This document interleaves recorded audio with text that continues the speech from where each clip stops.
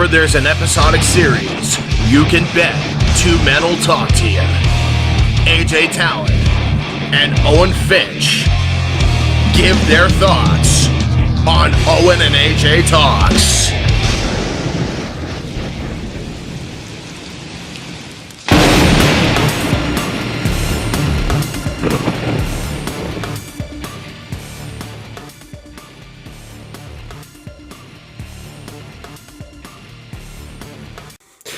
Hey, what's up, everybody? Welcome to Owen and AJ Talks. I'm Owen Finch, and I'm here with AJ Talon, and today it's another episode, 3 in a row.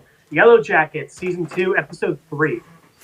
Yeah, we're doing a really good job sticking on schedule. I've been doing that for the most part with my videos. Not so much the wrestling videos this week, but we've kind of had some things kind of get in the way. But, you know, for the most part, every video I think that we've scheduled, we've pretty much done the day we're gonna do it for the most part. So, you know, I'm pretty happy about that because, you know, we're on a deadline this time around. So I'm happy we're not like, you know, I mean, I say that and then the RVB video won't go as planned. So fingers crossed that doesn't happen. And if you remember, we wanted to catch up on Red versus Blue before the final season came out. The final season came out like almost a year ago now, and we're only now going to season 9. So we were never close to that one. I mean, yeah, but I'm just saying, like, that was like when we had unrealistic goals back then. Like, it seems like our goals are pretty realistic now. But yeah, I'm Owen Finch, and I'm here with AJ Talent. We already introduced ourselves. I don't know, we did it again. But yeah, it's YellowJackets Season 2, Episode 3, just in case you missed it the first time. Yeah, I forgot we did the introductions because we just went off on a tangent, but whatever. Yeah, this episode, I will say this, this just says a lot of kind of how we feel about this episode. Typically when AJ and I talk off screen, we talk about the episode of whatever it is we're going to review, except unless it's Kiss This, we just kind of go into that blind type of thing. But yeah, we talk about it for a while and say like, okay, did this happen, that happened.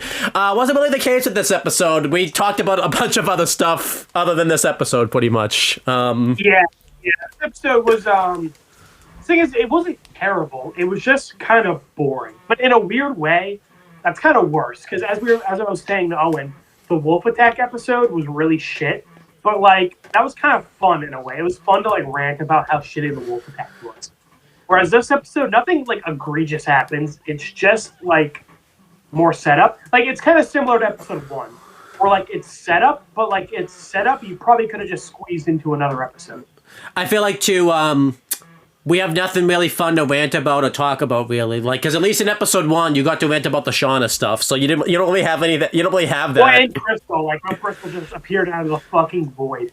And you don't forget Lottie's dad, Father of the Year, right there. Don't forget about him. So. Oh, he's just like he just fucked off to like a nearby town. Yeah. He's like he's chilling in a nice warm hot house. What still could be the case. That's one that's disappointing that they kind of did that thing last episode with Harvey. Now we can't really talk about that anymore for a while. So yeah. But yeah, we're here now. You know, we're doing episode 3.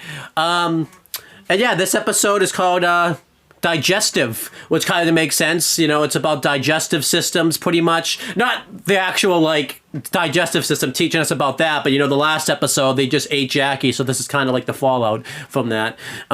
Sort of. Not really. Yeah, I would say it's the follow-up for about 2 seconds. Yeah. And, yeah, this episode was directed by Jeffrey W. Bride, or Brid. Byron, I don't know how to say his name, but he's actually done. Yeah, but he actually's done some things. The biggest thing that he's directed is Malcolm X. I know that's a pretty big film. So yeah, he directed he did some stuff with Malcolm X. So that's pretty cool. And this episode was written by Sarah L. Thompson and Ameni Rosa. They don't get wikis because they're not cool enough, I guess. So they don't get wikis. Now, do you want to guess the episode's air date? Well, I know it's 2023 because I keep fucking up and thinking it's 2021. So this episode came out, I want to say April 9th, 2023. Yeah, you're right. But you could watch it too. Plus, I do these episodes so close together. Normally we take such big breaks. I have to be like, fuck. Yeah. When did the last one come out? Speaking of Plus, but if you had Showtime Plus, you could watch this episode 2 days early on April 7th, 2023. But when it actually came out to the worldwide, it was April 9th, 2023. So, and yeah, let's just start talking about this episode. Again, we're going to do the same thing since the past, for the most part, all intersects story-wise. Not as much, I would say, as the past 2 episodes, but I pretty much all the stuff is quick, so I'll just talk about the past this time around. Since like we said before, they're all like living in such a small cabin where the plot points kind of have to intersect. Right. I feel like even that was the case. I feel like somehow in the present they could all be in the same space, but somehow the plot still won't intersect somehow, type of thing. Yeah, honestly, because they're all in the same town, so for the most part. So Yeah, well, I guess except Lottie and Natalie right now. Yeah. Honestly, they could be living in the same house, and they would still wouldn't intersect with each other, type of thing. Yeah. But yeah, let's just start talking about the past. So yeah, we got a little bit of fallout from the group, Eden and Jackie. They see the next morning, which I like, because typically YellowJackets will do a bad thing and just do a time jump. So I'm glad this time around they just cut to the next day. Yeah, kind of. I said, yeah. I was really worried at the end of last episode we were just going to do a time jump. I'm so glad we at least got the next day. This kind of might be worse, though. Yeah. So the next day we see that Natalie, I don't know if she slept or not, because she's just up, in shock type of thing. So I don't know if she slept or if this is, but I'm going to guess she didn't sleep, just because it seemed like, this tortured her a little bit. And then, Taissa comes out and is wondering what the hell happened with Jackie, because obviously she sees now that it's all just bones and pretty much type of thing. And she's freaking out, and Van has to come out and tell her we ate her last night, and Van's obviously confused about this, considering the fact that when we've seen Taissa sleepwalk, typically it's just her sleepwalking. She never really speaks or anything like that. But as we saw last night, she was in because everyone was in a trance last night, but Taissa's thing had to do with the sleepwalking. It wasn't supernatural, I guess, or anything like that. And she actually spoke to Van specifically and everything like that. So obviously Van's... I will say, Van was kind of weird in this, where Taissa's having a meltdown, and Van's like, Taissa, you ate her face. I'm like, Van, don't tell her that. Yeah, because that's... she's having a panic attack, reminding her that she ate somebody's face. It's, quite literally made her freak the fuck out even more. Yeah, she starts having a panic attack and throws up. There's ropes around the cabin, and she throws up over the ropes type of thing. So yeah, and then it cuts to the cold open, and we see. I'm pretty sure it cuts to that night. I don't exactly remember when this Taissa Van scene happened, so I'll just talk about it now. Where we see that Van tied up Taissa overnight, and she wakes up and she's trying to get free, and Van sees this. He's like, okay, if I let you go, will you take me to wherever you've been going, type of thing. And she's like, yeah, go with me, type of thing. But she's saying it very monotone because she's sleepwalking and everything like that. Van's actress did a pretty good job where she talks to Taissa, and then when she actually responds back, Van it's taken aback a little bit. The actress did a good job. Yeah, I thought so. At how conscious sleepwalking Taissa is. Yeah, I mean Van probably could have been a little bit more ready. She probably should have gotten her shoes on. Because apparently when Taissa sleepwalks, she moves probably as fast as Keita does when he goes to school that day. Because Keita, she was outside the cabin already, type of thing, teleportation. Yeah. Honestly, we need to have a teleportation match, Keita versus Taissa. Yeah, honestly. No, actually, no, a three-way one. Because don't the sisters teleport sometimes too, type of thing? Oh, I mean, everybody teleports, as we found out. Well, not Kita's dad. We haven't seen him really teleport yet, so. Oh, I wish he could teleport into my heart. Oh no.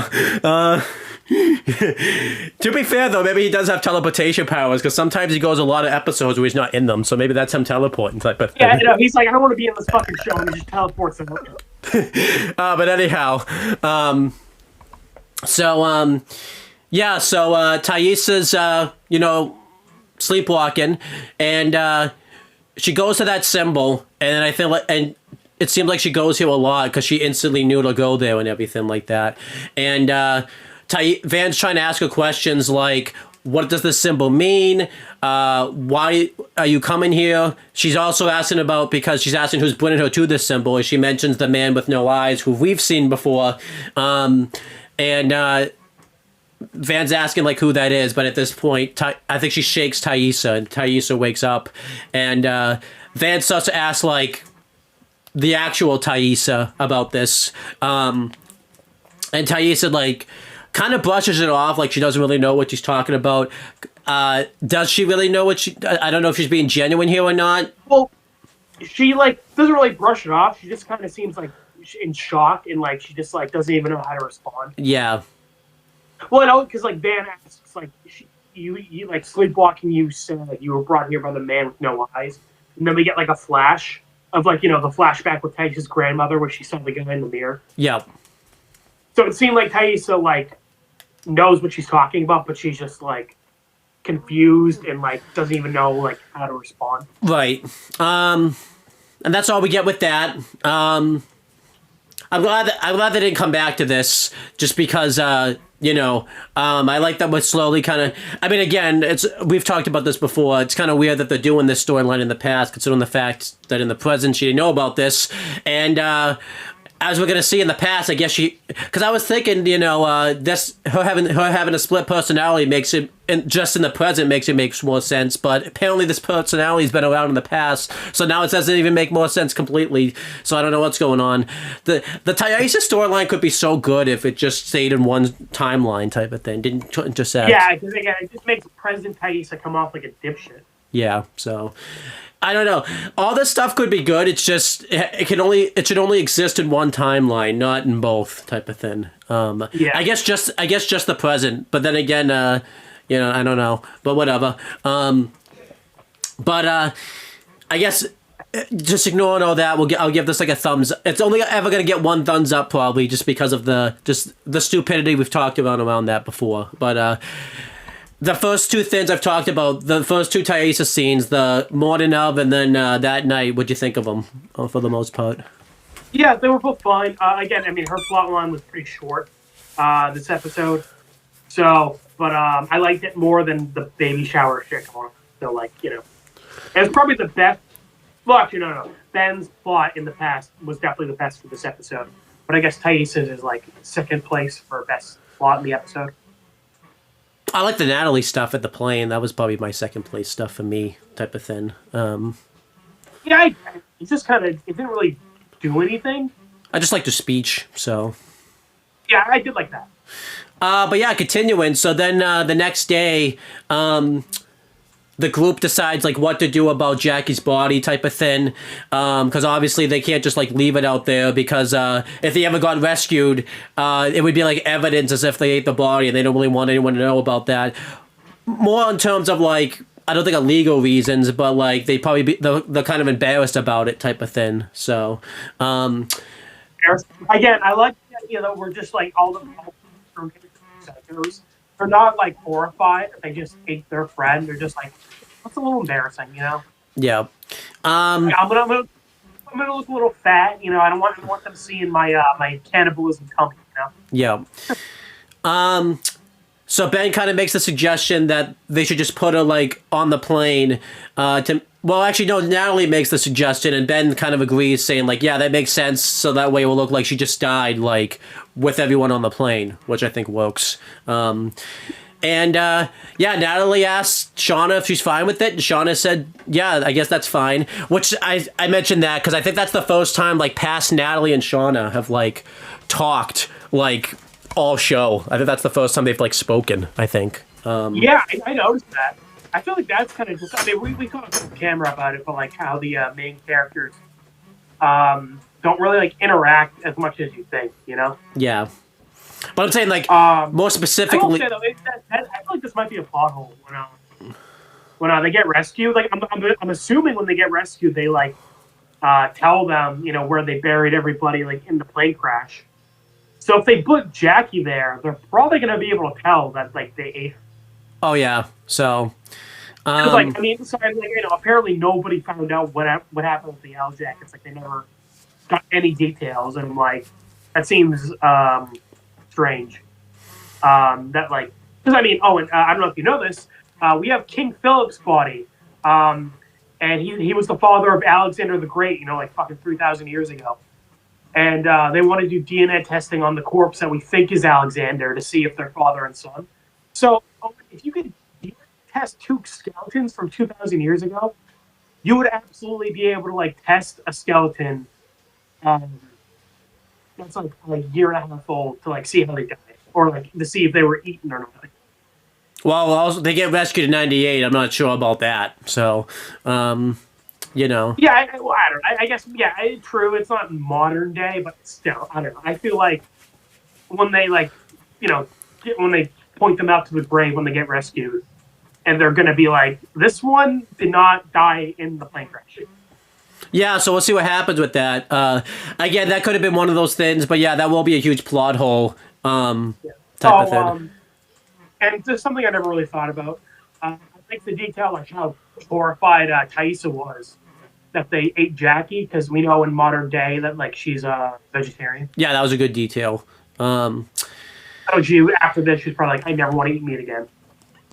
Yeah, probably. So, and I like that everyone's having, you know, it kind of shows that everyone has a different reaction towards the cannibalism and everything like that. Because Thaisa's was pretty normal. We'll get to someone else's that was pretty fucked up. So, but yeah, the biggest thing I wanted to mention out of that was the first time that Natalie and Shauna, like the young actresses, have ever had any interaction with at all with each other.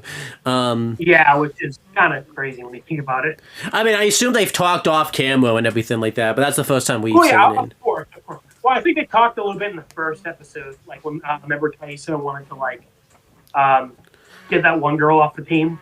I guess, but like that really wasn't anything significant. I guess like this is the first time they've had like a proper like them talking type of thing. Yeah, because it seemed like Thaisa was kind of more so like leading that conversation. And it wasn't much better. It was kind of just like Natalie wants to like reaffirm with Shauna that like she's okay with bringing Jackie's remains to the plane, and Shauna just is kind of just like, oh, it's a good contrast for last episode where, you know, Shauna was obviously like very like defensive of like Jackie's corpse and was like, we're not taking your clothes off, like, you know, like and you know, here Natalie wants to like reaffirm with Shauna that like, you know, she's okay with her doing this with Jackie's body, and Shauna just kind of like, whatever you think is best, you know. She's just like, so traumatized by what they did. She doesn't even like want to say anything. It wasn't much, but again, this is like one of the first couple times they've like talked at all. So it's like that's why I mentioned it. For how small it is. Yeah, because you know the main cast in the past haven't really had any really interactions. I think the most is probably like Shauna and Thaisa, and then maybe weirdly enough, second place honestly is probably Natalie and Lottie right now, which is really weird. Yeah, actually, yeah. Well, I guess, and then probably Shauna and Lottie, which is pretty funny because they haven't interacted at all in present. So, yeah. And then, weirdly enough, the Lisa in the past. Nobody else is really like Misty hasn't really has been doing her own thing. Yeah. Actually, yeah. I think weirdly enough, the Lisa I think in the past is actually Natalie and Misty, which is kind of crazy because that was like which is funny because they were like glued together in season 1. Yeah.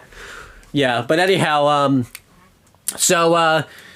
Natalie kind of gets ready to take Jackie's body over to the plane. Lottie kind of comes over and kind of, because obviously Natalie's, pretty grossed out by this and like haunted about it. But Lottie says like, this is what she would have wanted us to do. She also says this to like Shauna. I'm just like, yeah, I don't know if that's like what you want to say to someone who just like, it's like nothing. But then again, Lottie's never really known to be good at comforting people, so it's like, okay, yeah. Don't know if that's what you want to be saying. So yeah, Natalie goes over.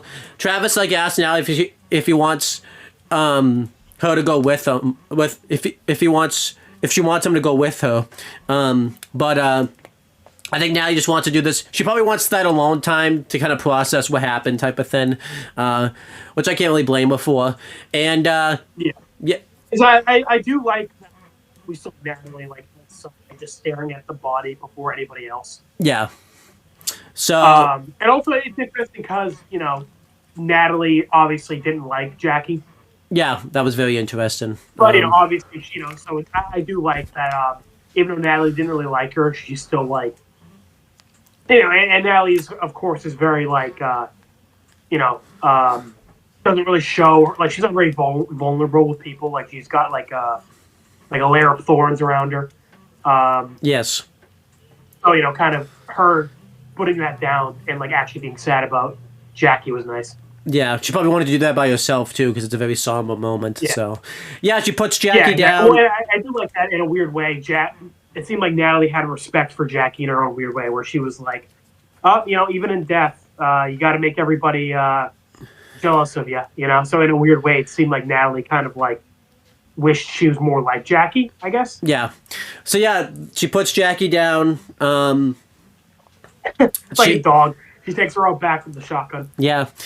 And says like even in death you're gonna make people jealous of you. She talks about how well liked she was because she was the popular girl. She talks about how you got to be useful even in death, mentioning because she says that she could be the reason they all survived the winter.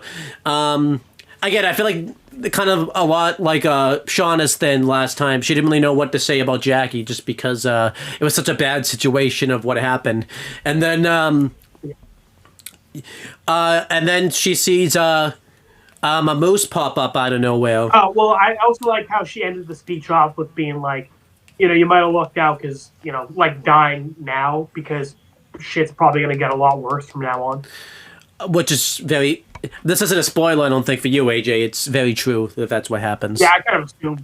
And by the way, just to point it out, Natalie's actress did a great job. She was choking up. Like, it really seemed like this speech was just kind of like something she was thinking of, like, in the moment, like the pauses she took. Yeah. And, like, it felt very genuine. Like I said, it feels like somebody who isn't really used to, like, showing, like, or like, showing her real feelings like that, like, really struggling to, like, speak to Jackie. Just the actress did an amazing job. Good for her, But yeah, then a moose pops up out of nowhere, and Jackie tries to shoot it. You mean Shauna? Not Shauna. Natalie. Natalie tries to shoot it. I'd hope it's not Jackie, because that would be weird. I know. If Jackie pops out of the bag with a gun, like, something's gonna do yourself. You really think that was gonna kill me? Yeah. And obviously, I think because Natalie's a little caught off guard by the moose, and she's still kind of choked up about what's going on with Jackie and everything like that. It kind of causes her to miss the moose and everything like that. Or she could have just sucked, it could just be giving her excuses. Could be both. Travis is around the corner like, ha, I knew it was a better shot than you. Yeah. And yeah, the moose rams the plane, and I do wonder if this was a vision, because it seems like this moose gives up, like, very quickly. Yeah. Well, he also just, like, vanishes. Like, he's just gone. Yeah. He teleports. Like Kiss Sis. He must be a Kiss Sis character. Oh, it could be. But I think this was a vision because of how quick... Because I feel like if the moose's life was actually being threatened, he wouldn't give up that easily, type of thing. I think he would go for blood, type of thing. So, but I think this was a vision, because they want, like, real food, and this is, like, them hopeful that, like, they'll find it, type of thing. And again, because there's no real animals out there, type of thing. This could also be the CGI department being like, yeah, this CGI sucks, so let's just end this real quick. That's Yeah, honestly, it wasn't that bad. It was pretty obviously not a real moose. Yeah. But compared to, like, the wolves and the bear from last season, wasn't that? Yeah, I thought it was fine. Maybe the CGI was like, maybe they were high-fiving too busy being like, yeah, we finally did good CGI, and then they forgot to put the moose back. So I was like, I guess that was just a vision then. You're like, okay, in the scene early, fuck it. But This episode comes out tomorrow. Come on. that'd be funny. I feel like we've heard that in show. I feel like that doesn't happen in shows, but I guarantee you there's probably been a show that like didn't work on the production until like the day it was due. I feel like that definitely has happened. It's the epitome of starting your full project like at midnight the night before and fucking working all morning. Yeah, that's awesome. And they just but anyhow, kind of while Natalie's off doing all this stuff, presumably, Lottie and Shauna have a nice talk, sort of, not really. It's a Lottie talk. This is kind of cool because, the actresses have kind of come out and said, like, they became really good friends, like, because, they've worked together and, like, stayed, I think during the pandemic, they stayed, like, in the same place and everything like that. So this is kind of cool. Nice. That could be why they have a lot of scenes together in season 2 for the most part. Again, also too, there's not really much for them to go, so that someone's gonna work with somebody type of thing. So yeah, that's always cool when shows like that bring people together, or like they end up building like really strong bonds from it. Yeah. A little off topic, in Final Fantasy VII, 2 love interests are Aerith and Zack, and the voice actors ended up getting married in real life. I mean, good luck, Charlie. Teddy dated that guy Spencer, like IOL type of thing. Right. Well, in Halloween Town 2, Calabar's Revenge, the main villain and the main character ended up like meeting up again like years later, and ended up now I think they're engaged or like are married. Maybe that's why she was recast. So. So I'm just saying it is pretty common for like shows like this to like, or like big projects like this where you're together for a long period of time to like build a friendship or like a relationship or whatever. Definitely more. But, a lot of them don't last, so it's nice when when one like gets built that like lasts a long time. Definitely more so considering the fact that they were stuck in the same place during the pandemic. That's definitely a thing too. So of course, yeah. But yeah, so Shauna talked about how scared she is, considering the fact that, she doesn't really know, I think she's just scared about a lot of things, about the fact that she ate Jackie, how is she going to take care of her baby out there. So Lottie, I think to lighten the mood, decides, so I knew the baby shower episode was coming. I'm like, is it this episode or is it the next one? And I was thinking to myself, it can't be this episode, because the baby shower, that seems like way out of left field to kind of do it in the episode after they just did. It really was. So I'm like, it has to be. Sorry, real quick. So a point that Shauna made that you actually made last episode I wanted to point out was Shauna was like, oh God, I'm worried about the baby. Because she ate a human. Yeah. So you pointed out last episode where like, would that affect the baby? Because obviously like eating another person, like there's certain things you're supposed to eat when you're pregnant. And human meat probably isn't high on that list. It's probably low, very low. Yeah, I imagine. So I'm just saying, I like that Shauna that was a worry she had. But yeah, so I was thinking, doing a baby shower this episode is way out of left field. It has to be next episode, and I was wrong. It was this episode. So yeah, Lottie just decides like, hey, let's have a baby shower. I feel like the baby shower should have been next episode or something, just because it seemed like way out of left field. The next day they just decided to have a baby shower. I can understand the thinking. Just because it is literally everybody's just like sitting there like horrified at what they've done, and then Lottie's like, "Hey, let's have a baby shower," and everybody's immediately like, "Oh my, so fun!" And I'm like, "Okay." Yeah. Ben has the best fucking reaction to this show. We'll get to. I'll probably talk about him at the end since he's the best then. So, but yeah, so everyone kind of gets ready for the. Baby shower. Thaisa and random background girl number 1, who is a different actress that has been confirmed. This isn't the same actress that they recasted this person. Because she was. Who was she? It's one of the ones that go off with, Thaisa.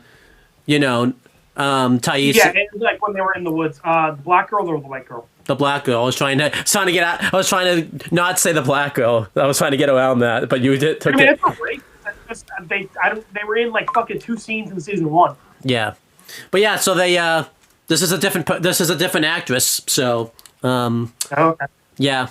But yeah, she talks about how I did kind of like this backstory because I remember you mentioned you didn't really like that some of them didn't like, or like you would have liked if some of them had like off screen committed suicide just to show the dangers. I thought this was kind of good because it gives a reason why she didn't do this, saying that like her sister or cousin, I don't really remember. I do like that. Yeah. Like has a. It's so funny you mentioned that because I just thought she was in the character.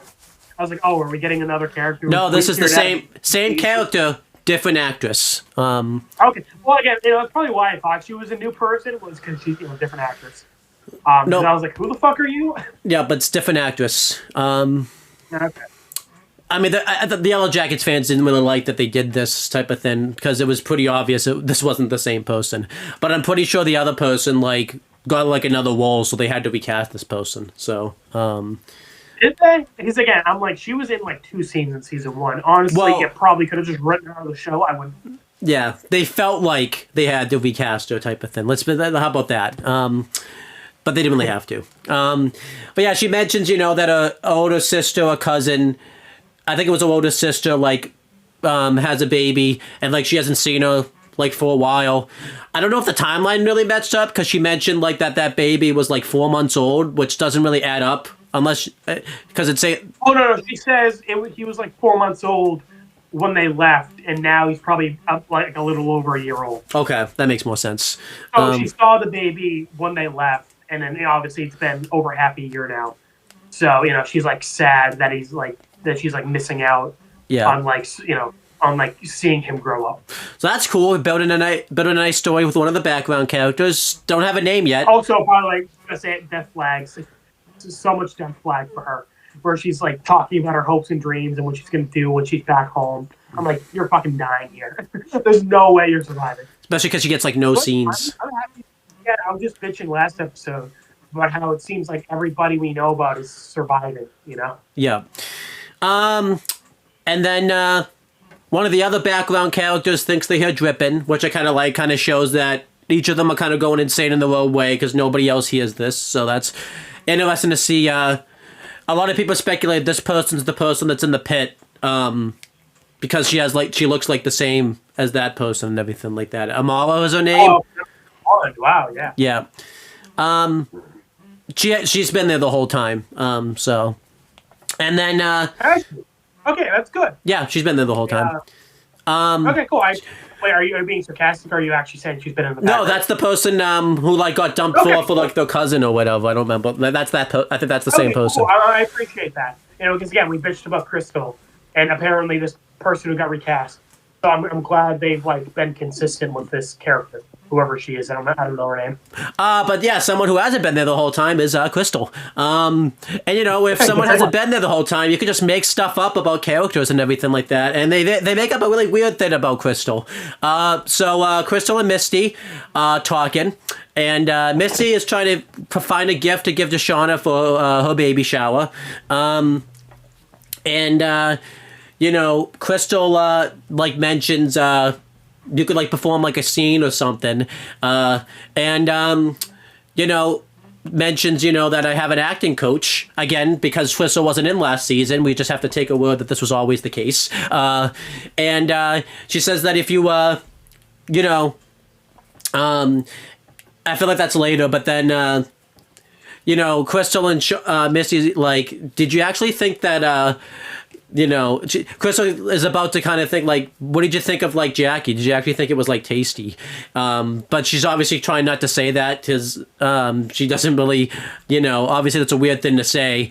But Misty's like, I actually kind of genuinely, Misty kind of says she likes it, but says it like in a not the way that I just said it, but.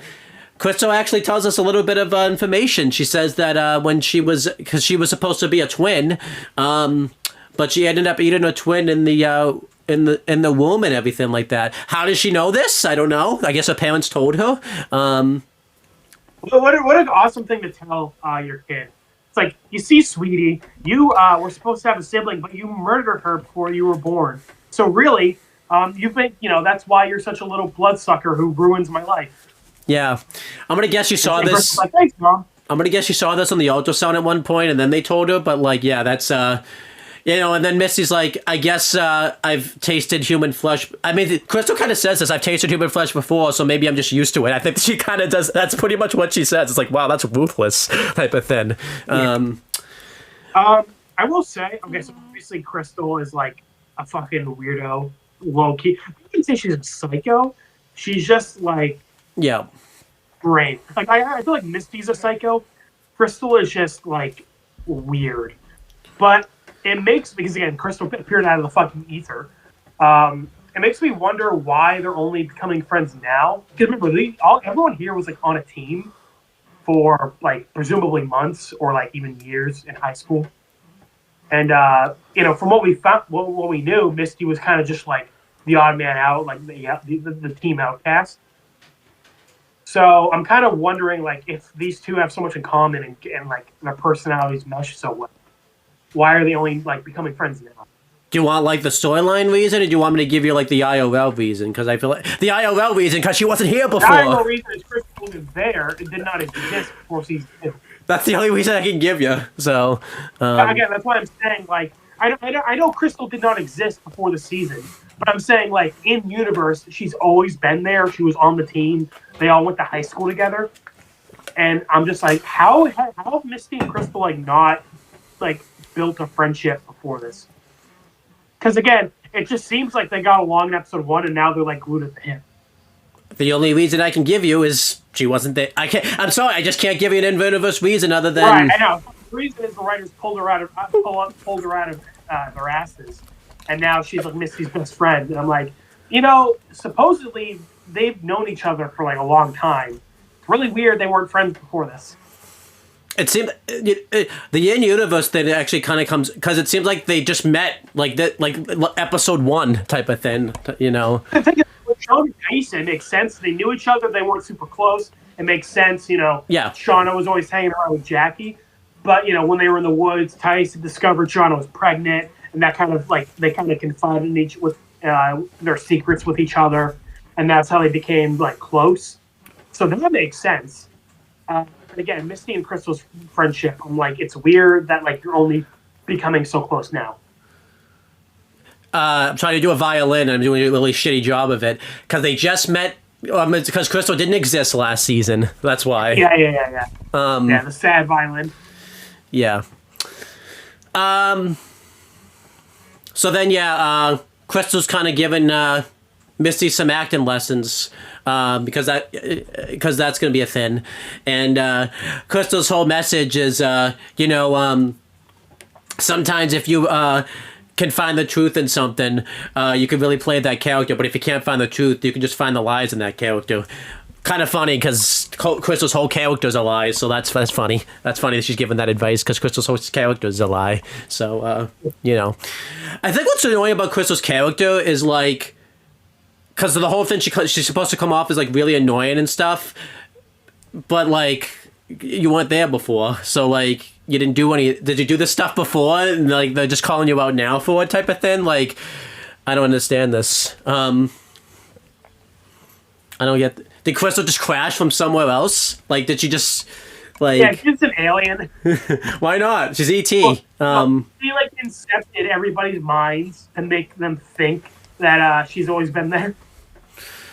A lot of people like were speculating this was all just in Misty's mind, but clearly that's not the case because everyone was like she like nobody else is talking to Crystal. It seems like she's only hanging around Misty. So if Misty was going crazy and like imagining like a friend for her, that'd be kind of cool. But like we know Crystal talked to like the others in episode 1. That was like her introduction. Yeah, so that's not the case. That's not the case.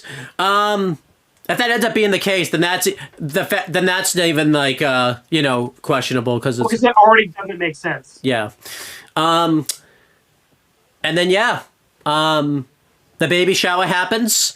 I mean, we don't see the beginning of it. We just kind of see like Van's giving Shauna gifts, and everyone's kind of giving each other gifts.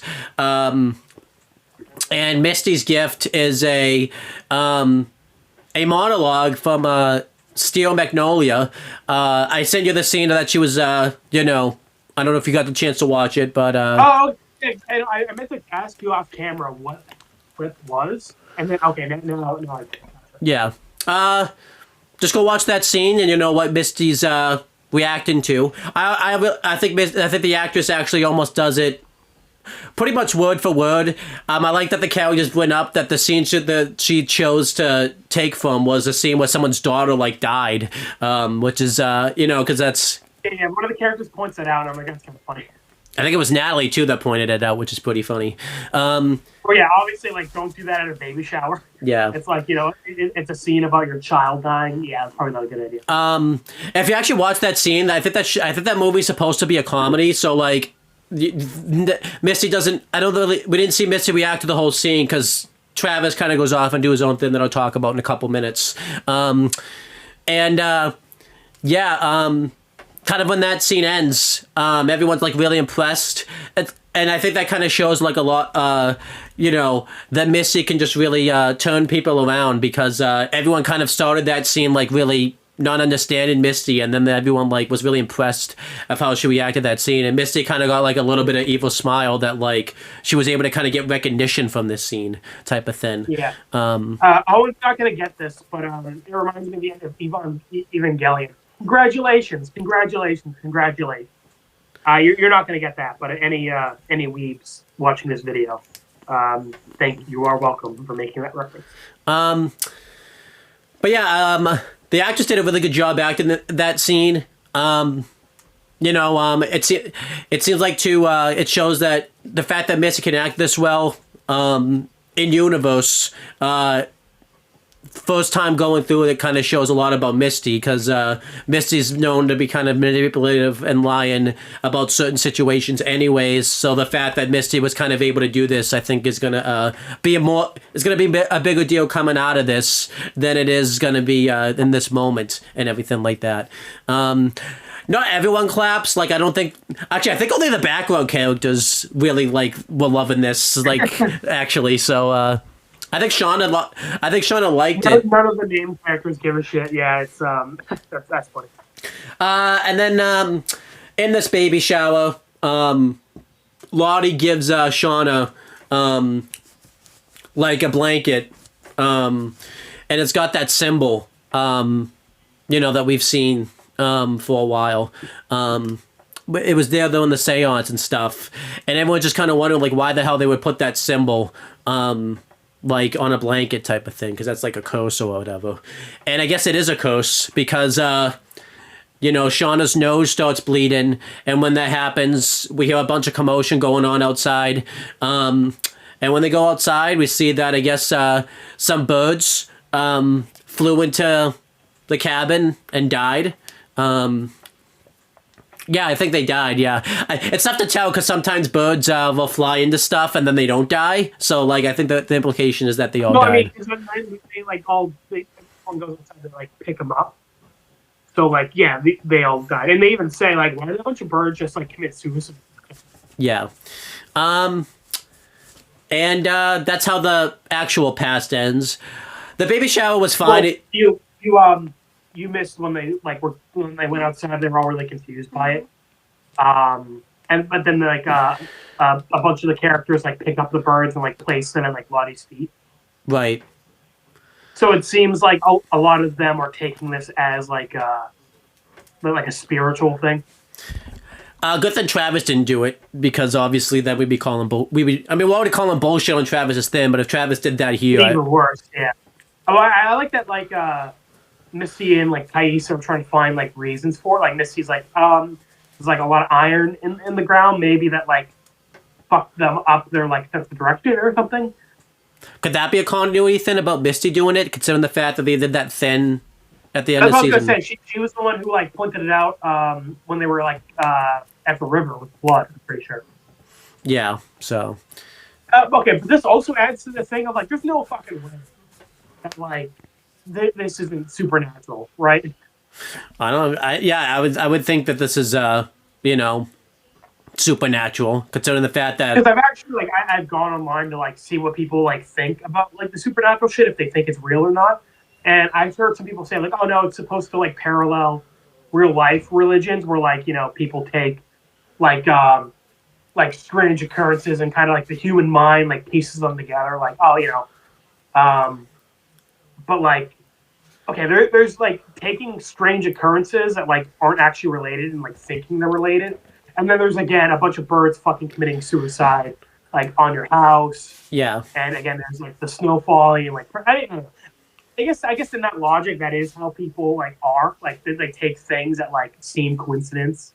I don't know. It just seems too much of a coincidence. Especially too because it happened right after Shauna's nose bled and everything like that. Right. Too. Like if this shit was like spread out more, sure. But like it is so perfectly timed, like constantly, where I'm like, I don't know. I feel like again, we talked about this last episode more so, but if this comes out that like none of this was supernatural, then this is opening a can of worms. Something. This isn't like the worst offender of like this has to be supernatural, but like it's pretty up there where I'm like, okay, fucking what are the odds? Well, then again, in present day, there's a thing that happens with Shauna where it's like, what are the fucking odds of that happening? Yeah, you'll talk about that. You never know. That might just be the case with this show.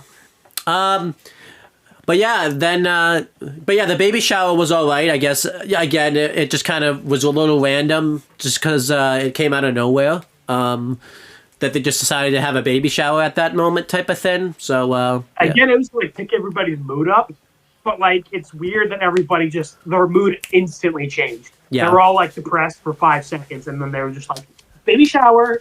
Yeah, it's like okay, maybe. That's weird. Kind of good that it kept Natalie. Like that's when Natalie went off and did her own thing. Because I've made rants. I've made like little critiques before where Natalie shouldn't be involved in some of this stuff. I did kind of like that Natalie wasn't a part of wasn't like a big part of the baby shower stuff. Because that's like doesn't really fit Natalie's character type of thing. So yeah. Because the dancing thing I don't mind, but like the baby shower thing's like that doesn't really seem like Natalie should be, especially too with how Natalie was brought up and everything like that. That wouldn't really make sense that she would get excited about a baby shower type of thing. So, I do like Travis's part in the baby shower where he's like kind of just like off to the side, and then he like dips to go check on Ben, and he's kind of I like that Travis is being normal, but like that also makes it disturbing, you know? Yeah, but we'll get to that. But during all of this, you're wondering. Let's talk about probably my favorite thing of this whole episode. In the past, probably my favorite thing of the whole episode, actually. Oh yeah, I'd say for sure. Ben's reaction to everything that's happened. He probably has the best reaction. We see that Ben is kind of starting to lose it a little bit. He's like hallucinating because he probably, he's gone the longest without really any food or anything like that. So it makes sense that he's kind of out of it and everything like that. And he's also haunted too about like what he just saw. So there's a lot of things going on with him. So like when he walks in and like he just sees the girl as like a vicious animal. And like on all fours, like drooling, like looking at him hungry. Yeah. But then he like it's his hand, and she's like, "What? What's wrong?" I know what you're thinking, AJ. This person wasn't there before, and I made mention of this. This person wasn't there before. This person's kind of weird. She was there before, but sometimes she isn't there. If that makes sense, she's kind of one of those people that like will be there. So she was in season 1, but like not often, I guess, or like she just kind of like wasn't there for all the important plot shit. Yes, that's what that. Okay. Well, I mean that's slightly better than Crystal, I guess. Okay, cool. So we've got a tier list of like, okay, she was in the background. Yeah. She just wasn't there for the plot shit. Okay, fine. And then there's Crystal, who just like wasn't in the background, wasn't there for the plot shit, just spawned out of the fucking ground. And there's another background character that is in this show that definitely I know for a fact wasn't there before. Not Crystal, but somebody else. She's got like, I think she's like a brunette, and I can't even describe her because she was never there. Was she the one in the ponytail sitting next to Crystal in episode 1? Yes. She wasn't there before. I know. For that, I knew that. I don't even think she's spoken. But is that better or worse than the girl who was there in season 1 but got recast? Don't know. Probably. Maybe the same. Maybe the same. I feel like too, because like no one else noted. Like no one calls out the fact that there's like a difference between this person. Like that she doesn't look Well, I mean, again, I'm just like, she was barely in season 1, so I didn't even notice it was her, you know? Yeah. But yeah, anyhow, so doing all this, what's Ben doing though? Ben is kind of losing gripes with reality a little bit, because he's, hasn't had probably a lot of water, food. Do you have to drink? I know because it's been a while.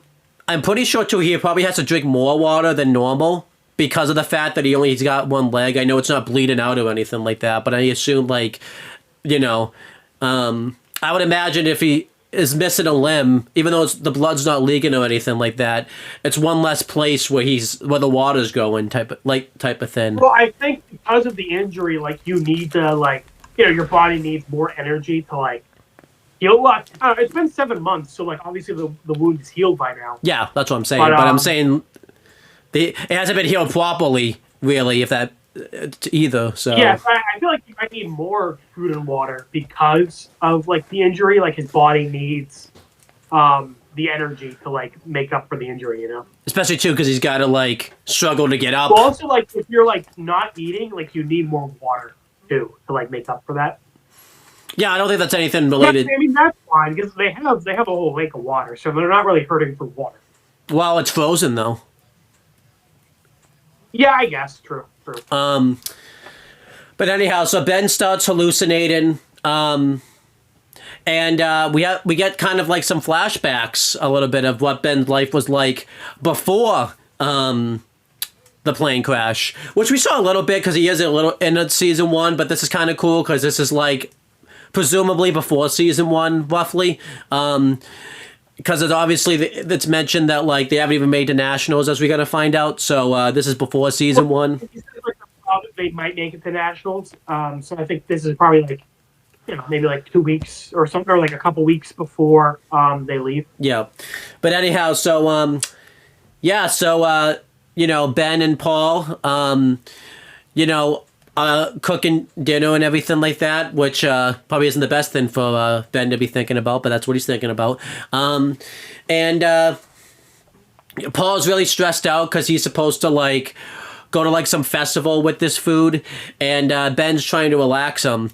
And then the next flashback that we see, and I like how they cut to this flashback because they don't just cut to it, it would do a little static 90s type of thing to cut to the flashback. So I think that's really good. Well, I like that the first flashback ends on a happy note where they're flirting and kissing, in the kitchen, just kind of goofing off, and then it cuts back, and then we see right after that happened, they have a big fight and they break up. Yeah. So which you talked about that. So the first, and then the next one is Paul offers to give Ben the keys to his apartment, pretty much, so that way they can move in together and everything like that. And I do like this because we heard kind of about this a little bit when he talked with Natalie about this in the season 1. So obviously Ben's very hesitant about doing this because this means he's got to make a big change in his life because he doesn't really want to do it because he has to basically change his job. He's got to basically change his home life and everything like that. He even talks about how the girls are about to make it to nationals and he can't just abandon them. And I do kind of like this because Paul makes mention that he said that the girls are monstrous savages, which is pretty funny because I assume if he would ask Ben today, he's yeah, I'm gonna take back those words type of thing. Yeah. Well, it's also sad that obviously Ben just kind of grasping at straws because the main thing is he's in the closet. If he moves in with his boyfriend, everyone's gonna know he's gay. Yeah, and that's just a big commitment anyway. To take your relationship to the next level, and he's worried about doing that. Right. So he's using his job as a coach as an excuse, but obviously Paul points out you hate those girls, you don't like your job, so that's kind of a shitty excuse. Yeah. So Paul says that he wants more of a commitment type of thing, and he's ready to kind of commit more to his life. So I'm going to find a way to commit. So they presumably break up from this pretty much. It's pretty sad because Ben gets pissed off, and he's listen, you can't make that decision for me to move in. I need to make my own decisions. Which as we found out, I like in the next flashback, Ben talks about like the decisions he makes. But Paul says, you're right. I need to make my own decisions too, and like I need to decide to be with somebody who like wants to like be with me completely. Yeah. So I like this. I kind of have. I do like how sad he is. Like he's getting like tears in his eyes. It's like, Ben, I love you, I do, but like you need to leave. Like so. Paul's only in this episode for like fucking 2 minutes, but like I already feel bad for him. Yeah.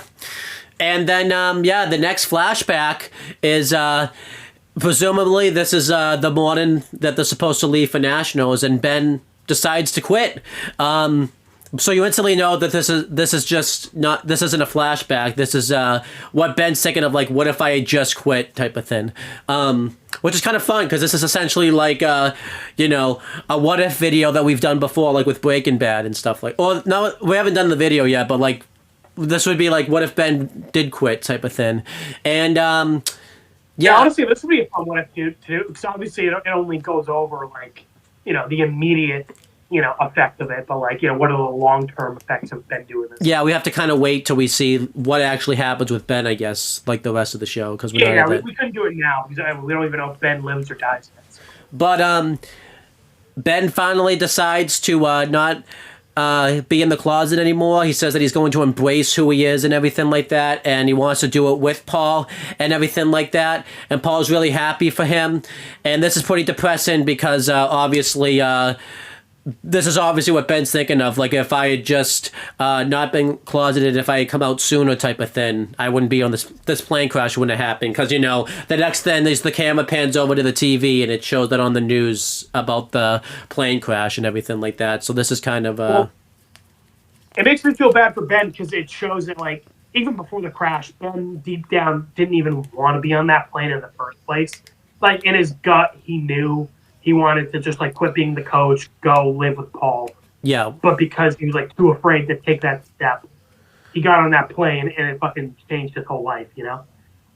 So, everybody was happy to go to nationals pretty much except for him.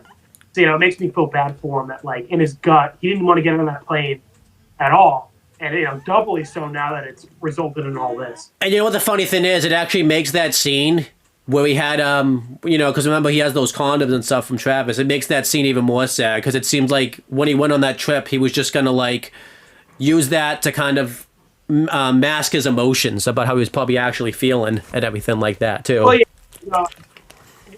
I looked it up after the fact. And, that's why I found out, like, after that, like, STDs were really in the gay community. Yeah. So basically... Yeah, pretty much Ben was heartbroken that him and Paul broke up, so he was like going to go to Seattle and just like, hook up with a bunch of different dudes to kind of like try to get over it. Right, so that makes that kind of because that was a comedy scene originally, but that makes most. It's honestly, it's kind of like we're making that comparison. It's like an OVB. We watch that comedy scene where Church goes back in time and he's like consistently fucking up. We think that's funny, but nowadays that's not really funny anymore. And it's knowing like Gamble was fucking torturing. So kind of on the flip side is. That comedy scene where we found out that Ben had those condoms, really it's kind of depressing now that Ben was just going to use that to mask the sadness of his breakup with Paul and everything like that. Yeah. So kind of a comedy turned into a tragedy right there. Yeah, exactly. And then at one point, I mentioned Travis is kind of coming in, because he wants to. I think he was just going to go in and like genuinely hang out with like Ben and everything like that. To kind of get away from the baby shower, but Ben's just kind of show out of it.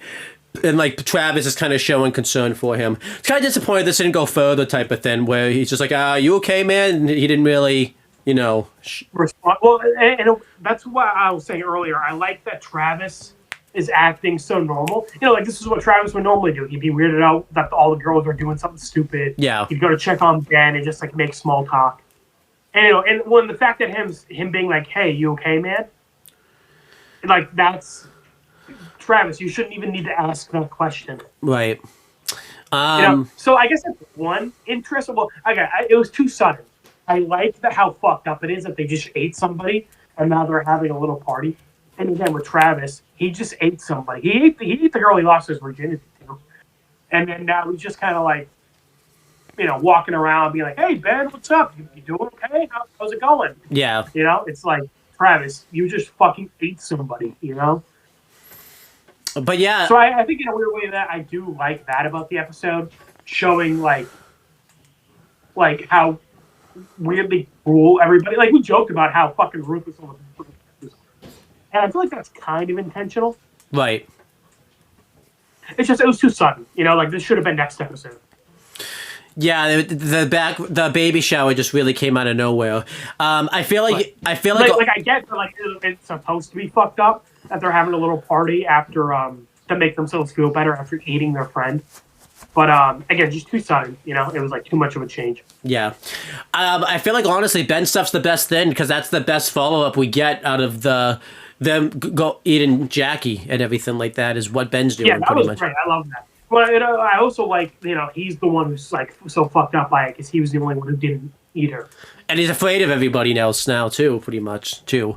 Yeah, it sucks for him, you know, because he's honestly if he had both his legs, he'd probably just risk it and fucking book it, you know. Yeah, because he would be. But like... he's basically helpless, and as we talked about before, by the end of season 1, he can't even do anything. Like nobody listens to him. Laura told him like shut up. Lottie told him to like stay out of it when Shauna and Jackie were fighting. Like he like nobody listens to him. He has no control. Yeah. So. And well, that's what I like about this flashback with Paul. It was basically Ben saying like, I want to take control of my own life. I don't want to like be worried. You know, I don't want to change my life based on what other people think of me.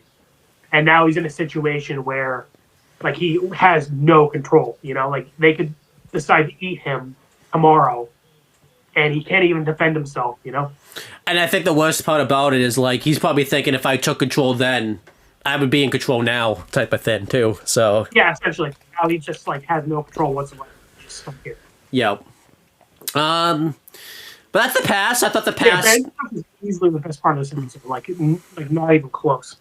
I thought the past is like a thumbs in the middle. I think it's decent. The Ben thing's really what makes it a thumbs in the middle. Honestly, if Ben wasn't there, this would be like a thumb. This is probably like a thumbs in the middle, almost going down. But this is just this is a easy thumbs in the middle type of thing. I would have liked more like. I mean, I think he dressed up like everybody else last episode. You know, when they're all wearing like the Roman outfits. You know, you're like the Roman emperor doing like the thumbs down and thumbs up in the Colosseum. Yeah. I would have liked a little. Gladiator 2 just came out in Paramount Plus. What did? Gladiator 2.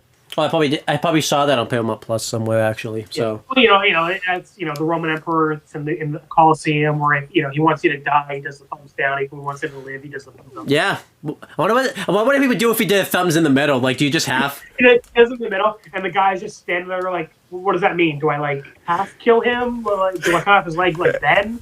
What do I do with that? I don't understand. Yeah, but yeah, I felt like the thumbs in the middle, the stuff in the past. I would have liked more follow up to Jackie's death, and again, Ben's thing is really what gets us there. But like the group, like if I would have liked something from Shauna.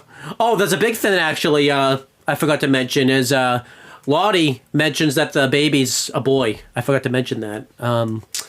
Oh yeah, and Shauna's like, him. What do you mean him? And then Lottie kind of just like quickly changes the subject. So. What does that mean? Is the baby a boy or? If the baby has a penis? What do you mean by that? I know what you meant. I'm just saying the way you phrased it. It's like, oh, the baby's a boy. What does that mean? It's like that the baby has a penis. What did Lottie mean? Plus two. I know. I'm just fucking. What was she talking about? What was it the baby she was even talking about? Because she said prepare for him. As we've seen, the guy that owned the cabin was a guy. She could be talking about him. She could be talking about maybe the spirit in the forest is a guy. Yeah. The tree has a dick. Okay. Yeah. Actually, that's a good point. Like, does the fucking tree god have a gender? Sure. Why not? Yeah. And if it's Oolong, that'd be awesome. Because that's why he's that's why he wanted Travis. Yeah, well, yeah. The tree god is in the closet like that is, so that's why he wants Travis to have like a boyfriend. I was more going about the fact, because Ulan tried to get all these wives and they ended up taking over everything. So that's the joke I went for. Oh yeah, I like that too. Yeah, with the tree god's like saw what Oolong did. He's like, fuck that, I'm gonna get a husband instead. Well, in terms of like, because Jackie and Laura take over his life. Oh yeah, you're right. Yeah, you're right. Laura and Jackie are annoying the shit out of him in the afterlife. So I was like, fuck that. I need to get a guy. What world do we live in? I actually tried to make a Dragon Ball reference, and you like didn't. You're the one that didn't get it this time, actually. Yeah. You threw me off for a second. Yeah, that is strange. Yeah, you're making a Dragon Ball reference, and I didn't get it. That is funny. But yeah, that's it for the past stuff. Was it better than the present stuff? I guess we'll find out because I'm going to talk about the present stuff right now. I'm just pulling up the notes. Here it is. Okay, so like we said, all the stuff is fairly close together, whereas the present stuff was not related to each other like at all. And like I said, episode 1, I was hoping by episode 3 that the plots would kind of intersect more. Not the case, obviously. I'm okay with that. My main thing is just I hope it's not like the last episode or 2 again, where the main characters come together. Right. If they come together by episode like 5, I'll be okay with that because then we'll still have like roughly half the season. Just like to have the main characters interact with each other because we only really got because in the living room of Adam's apartment last season, they split off. Like Shauna and Natalie were doing their thing, Misty and Taissa were doing their thing. So we really only got like 1 or 2 scenes where like all 4 main characters were like together. Yeah, I forgot about that too. Yeah, because I think they didn't really interact much at the reunion. Because I think I told you, I forgot like Adam died. Like I think he died episode 7. I forgot there was like a 3-episode buildup of like what decided what they were gonna do with his body type of thing. I thought like, because again, I also binge watched the show. Like we didn't not like us where we basically took the episodic approach. So I forgot that like they don't deal with his body until like the last episode of the season, really. So right. So my main point is like we've only got like 3 scenes, if that, of the main 4 characters like actually like talking to each other, let alone actually like having all their plot points kind of meet in the middle. yeah. So I'm really hoping this season has them like together more and just like interacting. By the way, I notice every time we just got the Adam effect. Every time we think we can escape Adam, we just started talking about it. Well, the character's been dead for like 4 episodes now. Still being talked about. Yeah, I would love it if they. I would love it. I would love it. No matter what the season is, even when the storyline's over, no matter what, Adam just gets talked about somehow. Just drop him in there somehow. Yeah. But yeah, I'll talk about Shauna's plot first because I think it's the one with the most screen time. Yeah, okay, no, actually, all the plots are pretty even in their screen time this episode. Yeah, I can't really say like one got. Honestly, I wouldn't even say. Shauna's first. Yeah, go ahead. Continuing off, where actually this plot doesn't really continue off from episode 2. If anything, it feels like it's from episode 1, where Shauna and Jeff are together. They're sitting in a restaurant eating, like waiting for their food, and Jeff kind of just like suddenly brings up. The point he's bringing up the affair with Adam essentially. Right. Which again, it feels like this should have happened after they like were in his art studio. Well, I'll just say this. What was weird about the scene as you talk about is this felt like stuff we've already heard before. This wasn't anything new or anything like that. Yeah, well, that's what I mean. Like, again, this feels like if they're going to, because, again, Jeff wasn't really in last episode at all. Yeah. So it just feels like a weird gap where, like, Jeff is bringing all this up in episode 1. We don't see him at all in episode 2. And now he's bringing up shit again that, like you said, we already kind of went over. Right. So that makes me question, was this episode a flashback then? I don't think it was. I think this was meant to be like after the stuff in episode 2. No, it wasn't a flashback. Yeah, because I was going to say like, because then we see the thing happen with Steve and Jeff, so I guess it wasn't a flashback. Yeah. I mean, it's not that Jeff can't bring this up multiple times. It's just like kind of sudden to like start the episode like this. Because again, like didn't really have anything to do with last episode's Shauna plot. I think my main issue was that Shauna just said the same thing that we've already heard her say. So, like, you know. Right, and well, again, this has, like, nothing to... Like, Kevin was in this for, like, 2 seconds, and, like, the undercover cop wasn't in this episode at all. Yeah. So it just seems weird to, like, not have them in it at all. Like, you figure after episode 2, they would be, you know, in this episode, but they're not. Right. But yeah, Kevin brings up... not Kevin. Jeff brings up in the past, I guess, that, like... Shauna mentioned like getting strawberry flavored lube, and I do like this one little joke where he, you know, Justin says that in the restaurant, and like the waitress walking by just hears him say that and just like turns around and walks away. She's like, all right, they're having a pretty personal conversation. I'm just gonna not get involved with that. I can't blame him. Yeah, but Jeff's basically bringing this up to be like. I guess when Shauna brought that up, he said that strawberry flavored lube is for what did he say, like gay men or something? Yeah. I do want to go back to that waitress then, because that does kind of remind me of the Breaking Bad episode where like it was after like Walt and Hank and stuff went out, and it was like the first time they had like seen each other like on screen since Hank punched him, when they go out to that restaurant together. I remember that guy comes up and like interrupts their conversation like a few times. So it reminded me kind of like the waitress kind of did the opposite of that, where she just didn't want to get involved, but that waiter had no fear. I like to like... That waitress was like, I am cool being a background character. I do not want to be involved with that shit store. I do like too that waiter. Like I remember in that episode too when that waiter, I think he tried everything he could to get involved, and then when he realized like how tense it was, he's just like, okay, I think I came in at the wrong time. Like he just lost, he just dips. So, you know, that honestly that waiter should have shown up in this YellowJackets episode, just being like, hey. I would have loved that. He just keeps interrupting, and Jeff's like, dude, funny. But yeah,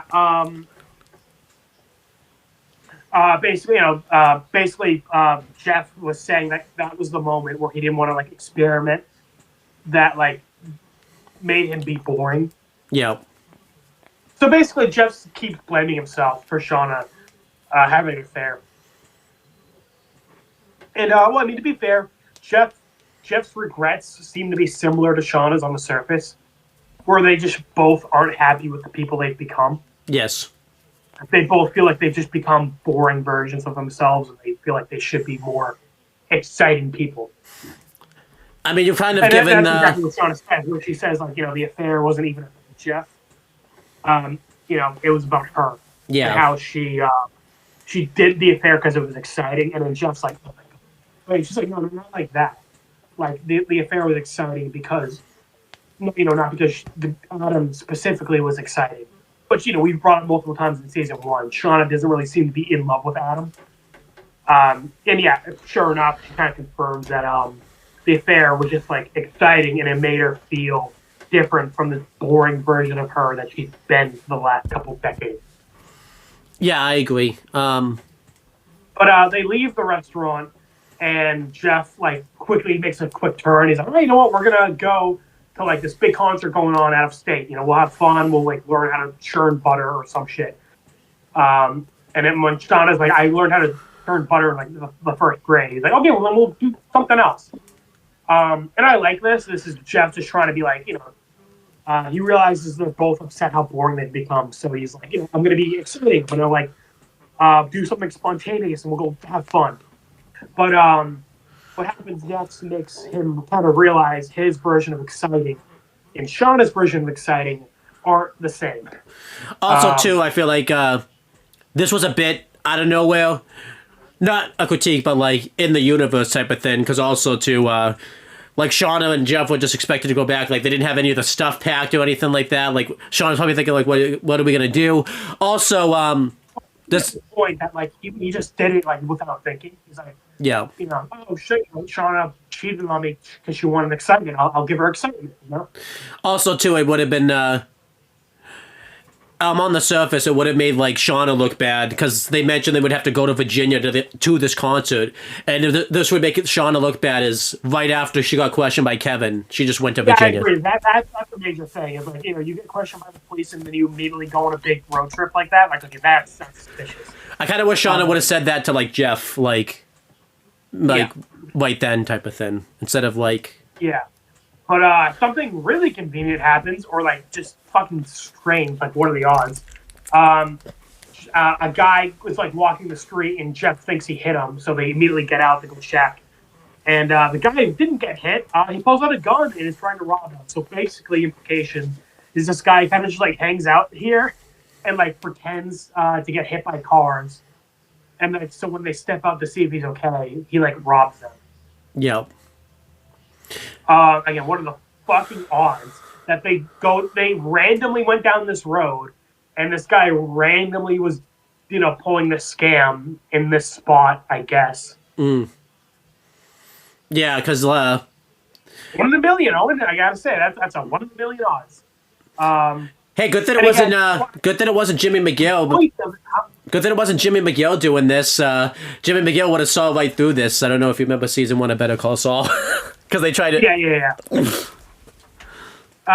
Well, I'm just saying. So I get the story point of this is to show Shauna's reaction to this. So what happens is the guy has a gun, and Jeff's like complying. He's like, okay, yeah, fine, take the keys. It's, I don't know, the keys are in the ignition. Just take it. Don't hurt us. But then Shauna just like grabs the gun from him. Well, she like wrestles the gun for like a couple seconds, and then grabs the gun. And Jeff like stands in front of her like he's holding her hands down. I'm like, what the fuck are you doing? And Shauna's like protecting us and like making sure. Well, she doesn't even say protecting us. She's like making sure he doesn't steal our car. Yeah. But as Jeff is like trying to like keep the gun down, the guy just books it to the car and drives off. And Shauna's like upset. And she's like, Jeff, I have that under control. Why did you send me? And Jeff's like, Shauna, are you fucking serious right now? Because he's like, you were gonna kill us over fucking a shitty minivan neither of us like. Right. But then when Shauna tries to clap back, being like, I had the gun, I had it under control, I was gonna, and Jeff's like, you were gonna what? Right.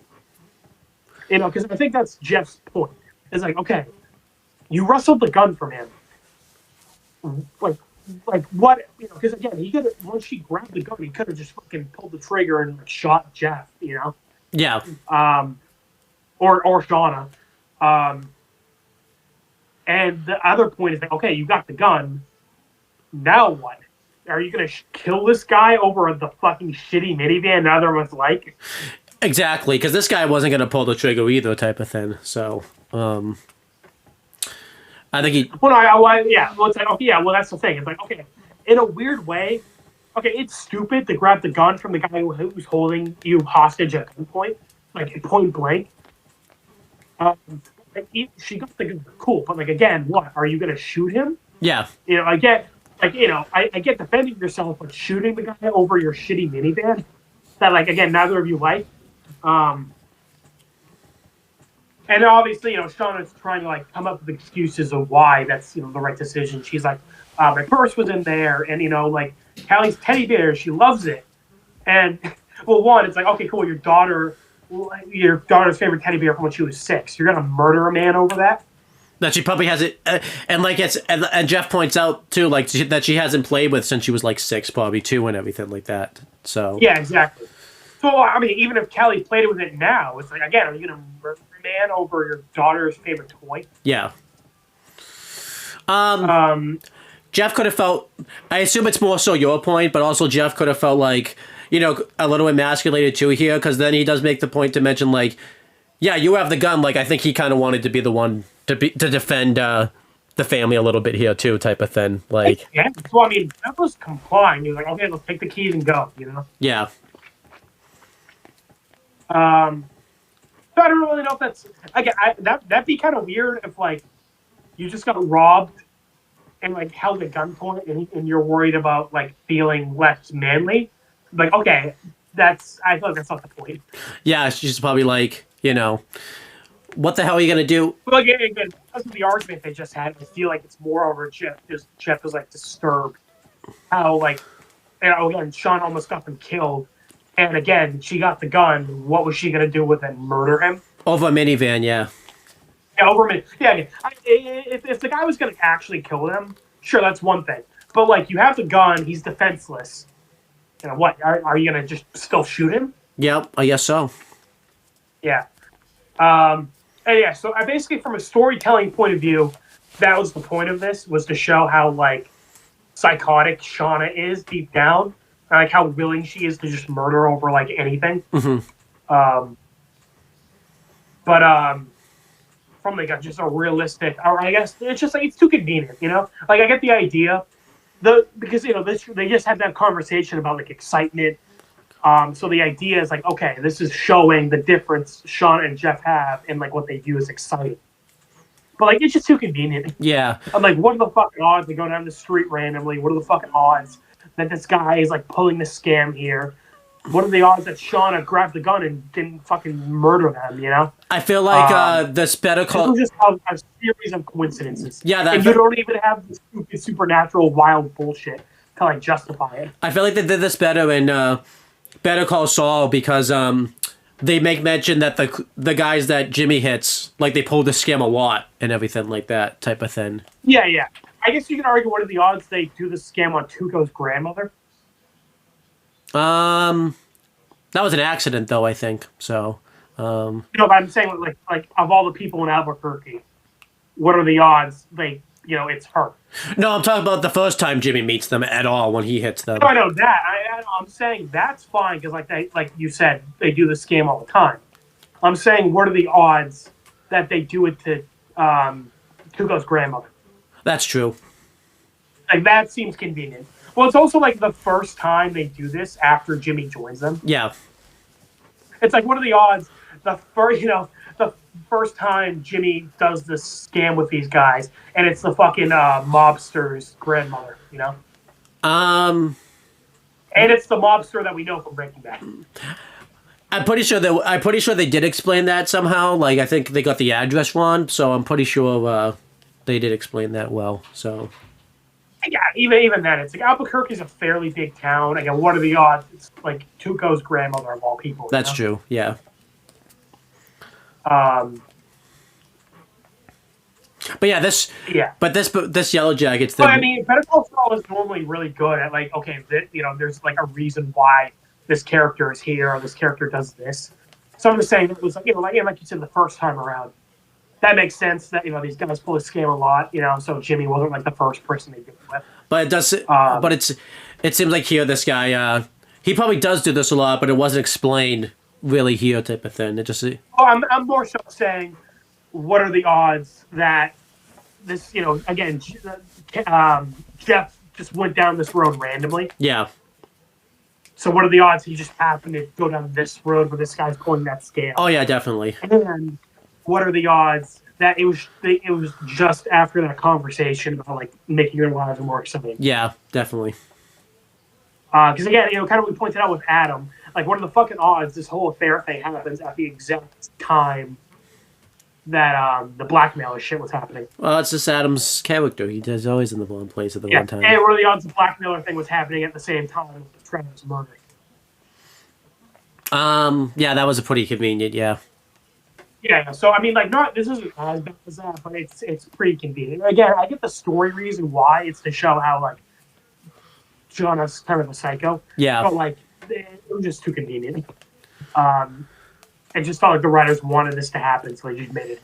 Right, they should have gotten this, like, Nito type of thing. Yeah. But yeah, basically, so later that night, or like a day later or something, Shauna. Well, I like this detail because Shauna mentioned, like, her purse and shit was, like, in the car. So basically, Shauna was able to, like, GPS track it to where the car was taken. So she sneaks into the. It was an auto shop. Man, first Adam at that auto shop, and now this auto shop. Shauna has a thing for auto shops, apparently.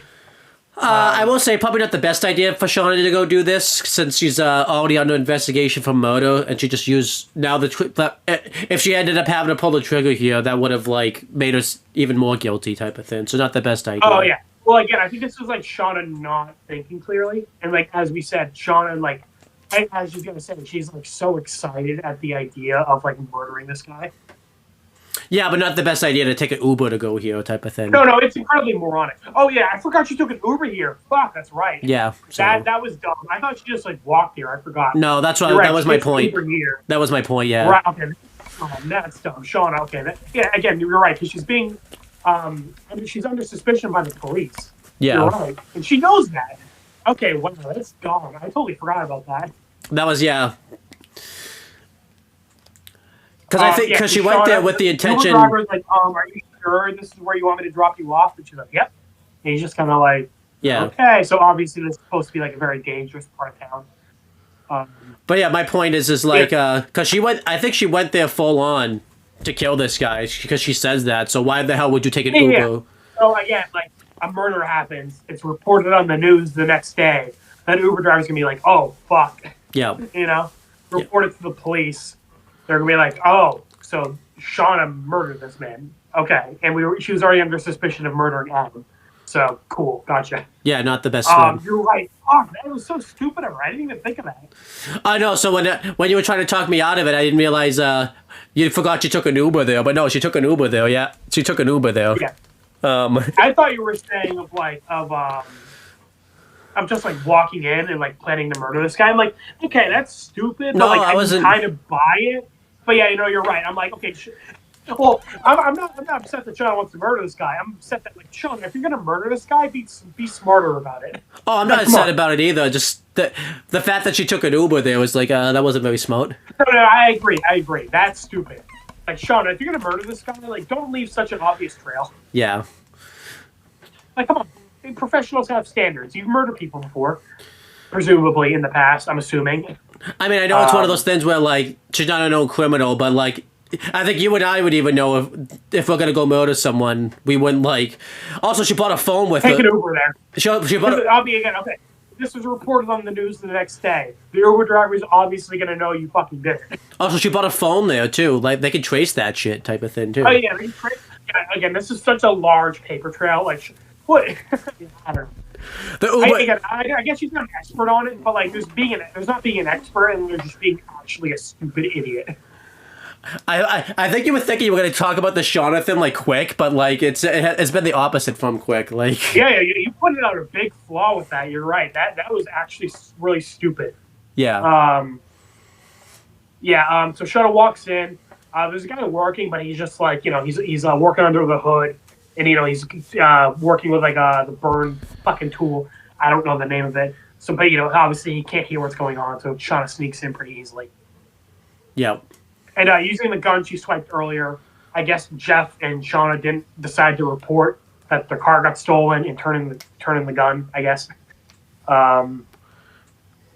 Sure. Maybe they thought it would be connected to like the Adam murder, I guess. I don't know.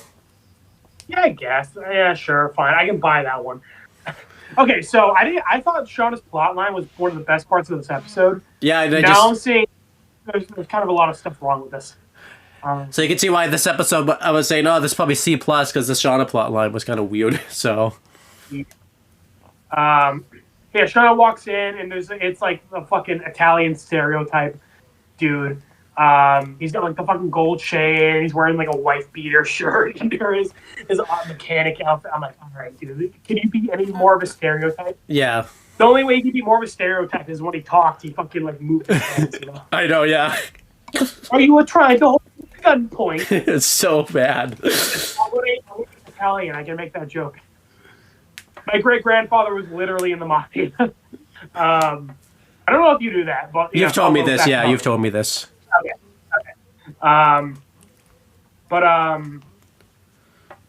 So Shauna told him at gunpoint. The guy's like, "Listen, lady, you're not gonna shoot me. Just leave."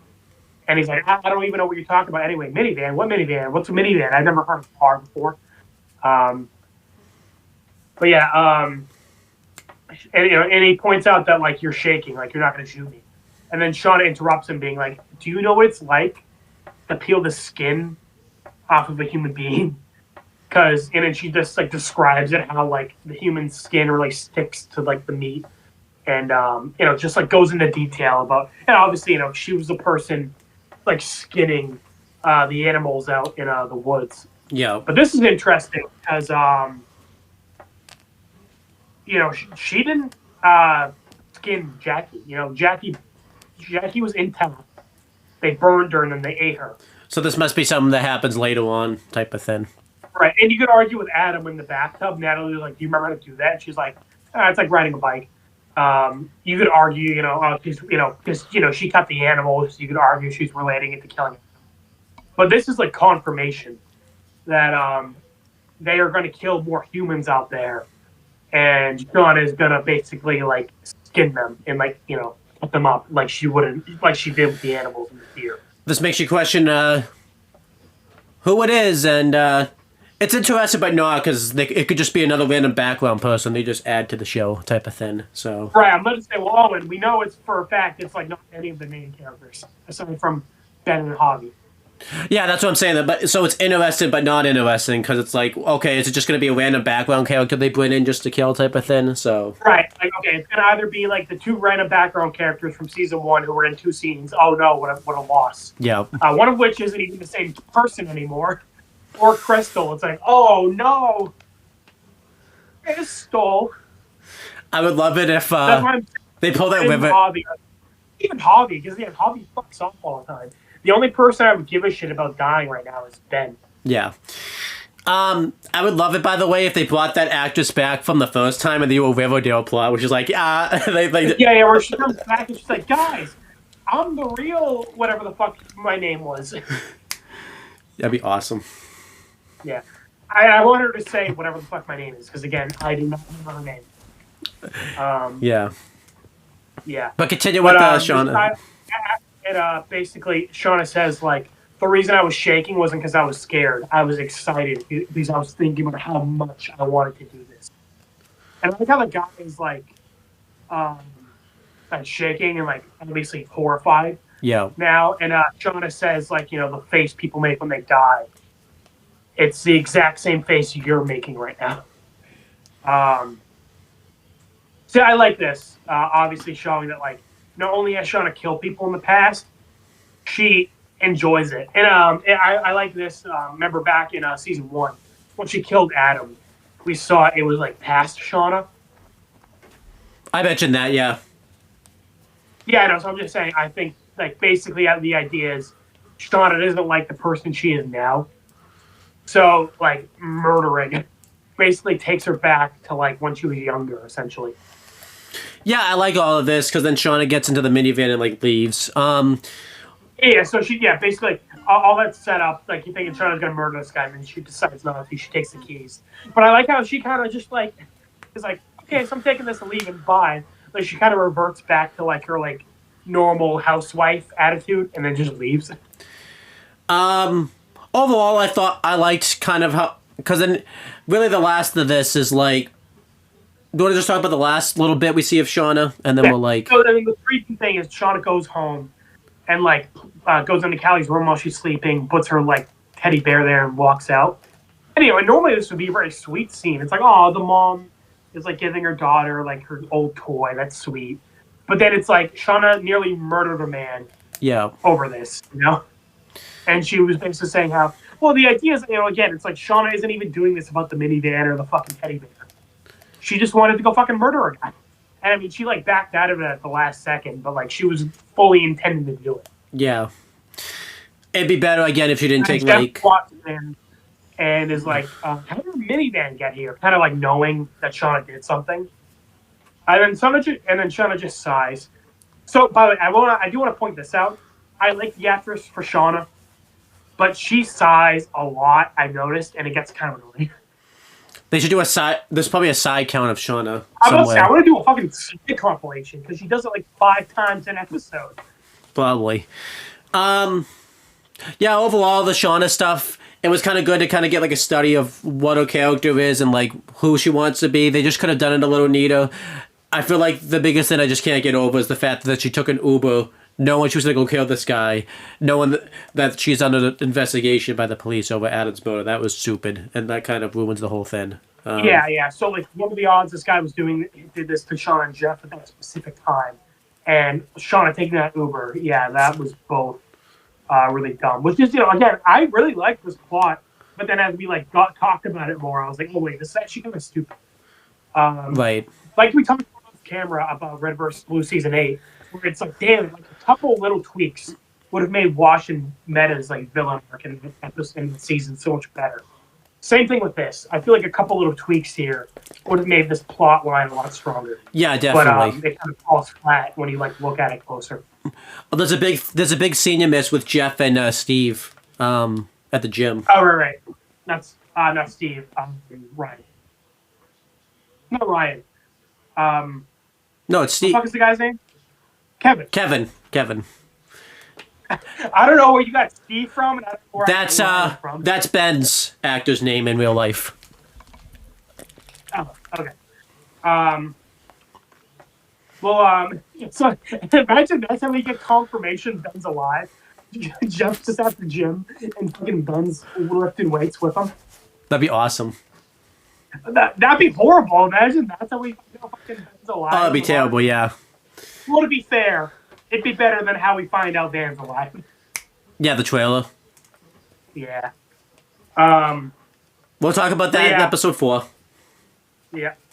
But yeah, Jeff is like just working out, and he goes over. He sees Kevin working out. He goes over to some guys like going to the machine Jeff was just on, and Jeff like gets in his face and he's like, "Hey, I'm still using that." So I feel like this scene kind of ties into what you were saying before, where Jeff feels like emasculated. Yeah. So, this was obviously really dumb to like confront the cop. But like, Jeff's feeling emasculated and he's like trying to protect his territory essentially. Because he goes up to Kevin and he's like, "Hey, you really like upset Shauna when you like were throwing all these questions at her." And then Kevin's like, "Oh, she was upset," and Jeff kind of like has to be like, "Fuck, I should have said that." But she was like, I started trying to like backtrack a little bit. Yeah. And then basically, Kevin's just like, "Look, your wife was having hundreds of texts with this guy, and we got like a tip that like she was having an affair." Obviously talking about what the undercover cop told him last episode. And Jeff gets like defensive. He's like, "Listen, I don't trust Shauna." I feel like that was kind of fair. Or like he doesn't want to admit he knows it was an affair. Yeah, that's fair. So it was him just kind of like leaving it vague, being like, "Listen, I don't trust Shauna. I don't believe she had an affair." So obviously he's lying, but like again, I feel like I'm like, okay, I can buy that as a response. Just going to questioning the cop though, probably wasn't the wisest idea. Right, but again, I can buy that. Like again, he's feeling like emasculated. Yeah. He's like getting all territorial and shit. But again, even Jeff realized pretty quickly that was stupid, and then he kind of just like walks away. Yeah. So yeah, I feel like Jeff even realized that was stupid of him. So yeah, he pretty much just got heated and did something stupid.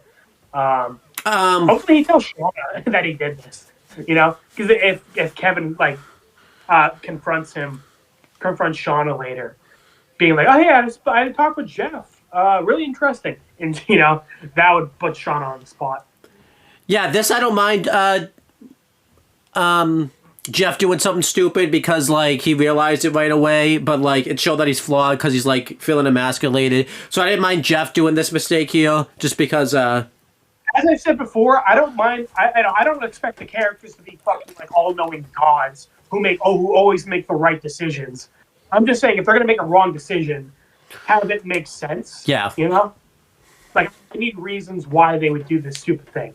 And yeah, this makes sense. Jeff feels emasculated. He's kind of all hot-headed. I can buy that he would go up to Kevin, and he pretty much immediately realized his mistake. Yeah. So yeah, I'm fine with it. I can totally buy all that. But yeah, that's it for Shauna's plot line. Talked about that longer than I expected. I'm probably gonna give it like a thumbs in the. Under an hour. I talked about your plot line for an hour. I'm trying to make mine an hour. Yeah. And then we get Pace's plot picking up pretty much immediately where last time left off. Thaisa is like, just like in the room with Simone, and she was like having like a daydream basically where like Simone was dead essentially. But then she like kind of wakes up and then the doctors will be like, "Oh, sorry, sleeping." She's and it's not as bad as Thaisa's dream was making it out to be. Simone isn't out of the woods yet. The woods, haha. But she's probably gonna pull through. It sounds like. But yeah, I'm happy with that because remember last episode I said I'd be disappointed if Simone was just like dead and that was the end of it. It's much more interesting to like how does Simone react to Taissa almost fucking killing her? Yeah, I can't wait to see that. Yeah. When the doctor points out, like, oh, this mark on her head, what is it? And Taissa's like, oh shit, because Taissa wrote the symbol that we've been seeing all this time, And this is interesting because obviously in the past we saw like sleepwalking Taissa is like drawn to this symbol on the tree, and now we're seeing like sleepwalking Taissa like wrote this on Simone's hand as when she's like in a coma. So good that ties in, type of thing. Yeah. And Simone is, not Simone. When the doctor leaves, I'm glad we're seeing how like regretful Thais is. She's like holding Simone's hand. She's like, "I'm so sorry, sorry." She's like, tearing up. The actress did a great job. Honestly, I think all the actresses did a really good job, and Ben actually. Like, I don't know, this episode's plot is weak, but like the actors really hit it out of the park this episode. I agree. Yeah, like more than usual at least. But yeah, and then later on, Thais is in the bathroom, and she's like obviously exhausted, and she's like so emotionally drained.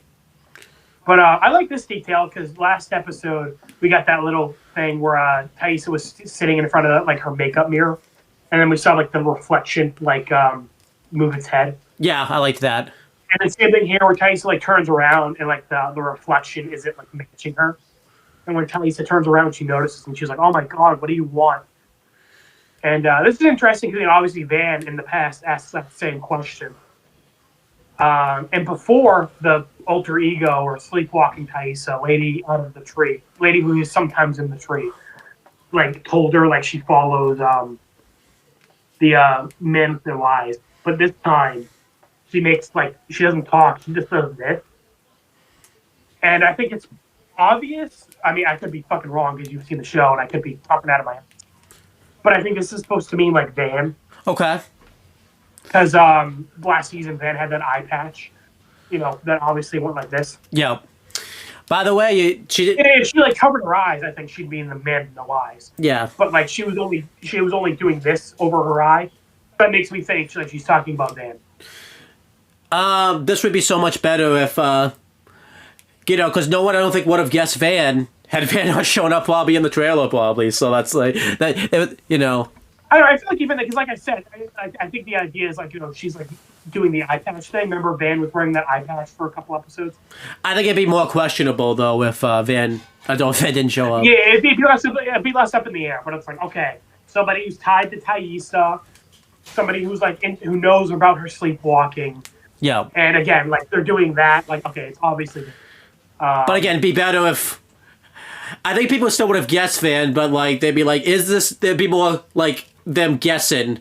Up in the air, be up in the air, yeah. Whereas this is kind of obvious. Yeah. Unless it's not, I'm just again talking out of my ass. Right. But again, would you be? I feel like you wouldn't. You would probably say, "Is this Van?" But you'd be more asking, "Is this Van?" Like you'd be more up in the air. Yeah, I feel like I'd be more up in the air. Like I'd be guessing Van, but like I wouldn't be sure. Yeah. But yeah, then Taissa just like kind of leaves the bathroom in a hurry. Her like PR person is like talking with her, basically being like, "Okay, look." Actually, AJ, though, you got one thing wrong. Well, sort of. The lady in the tree didn't necessarily talk, but she mouthed words saying "go" to her, so there was a little bit of a conversation. Oh, she mouthed words, and then Taissa's like, "What?" And then she did that. Yeah. So I didn't realize. Okay, I guess you're better at reading lips because I had no idea what she was trying to say.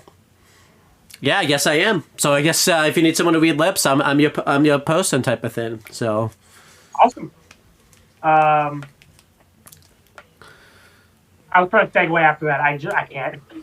PR person is just being like, like she. Okay, PR person's kind of an asshole. Or like obviously, she's not even like, "Oh, my condolences. I hope Simone's okay. I hope you're okay." She's just kind of like, worrying about. I mean, it is her job, but she's just kind of worrying about her image. Basically, being like, "Okay, look, we get, the press is going to try and rip into you for like for this, but we could just, we could try to say the guy was like speeding, and we'll try to get you on the red light, but we can like work with that. We can try to get like security footage of like whatever." And Taissa's like not even paying attention. She doesn't really give a shit. And she's like, "Hey, listen, give me your keys." And at this point, the PR person's like, "Oh, should you be driving?" And she's like, "Yeah, shut up. Just give me the keys." Right. and then she leaves the hospital. So again, presumably she's going to go see Van, because I guess Van probably lives nearby too, because everybody lives next to each other, I guess. Except for Travis. Again, Travis was like, "No, fuck all this shit." And Lottie. Yeah, the most reasonable person besides the waitress at the beginning of the episode. Makes sense, though, because Travis didn't want to be with them to begin with, so it makes sense he tried to get as far away from these people as he possibly could, so... Right. I like the Thaisa stuff, though. I thought it was a decent little follow-up to it. I wish it got a little bit more screen time. I feel like they focused on I was going to say, I kind of wish we got more from it. Again, this feels like something that... I mean, I guess last episode was like the cliffhanger of like, oh, is Simone okay? But it's something where, again, I feel like you kind of could have just like squeezed this in to like another episode. Yeah.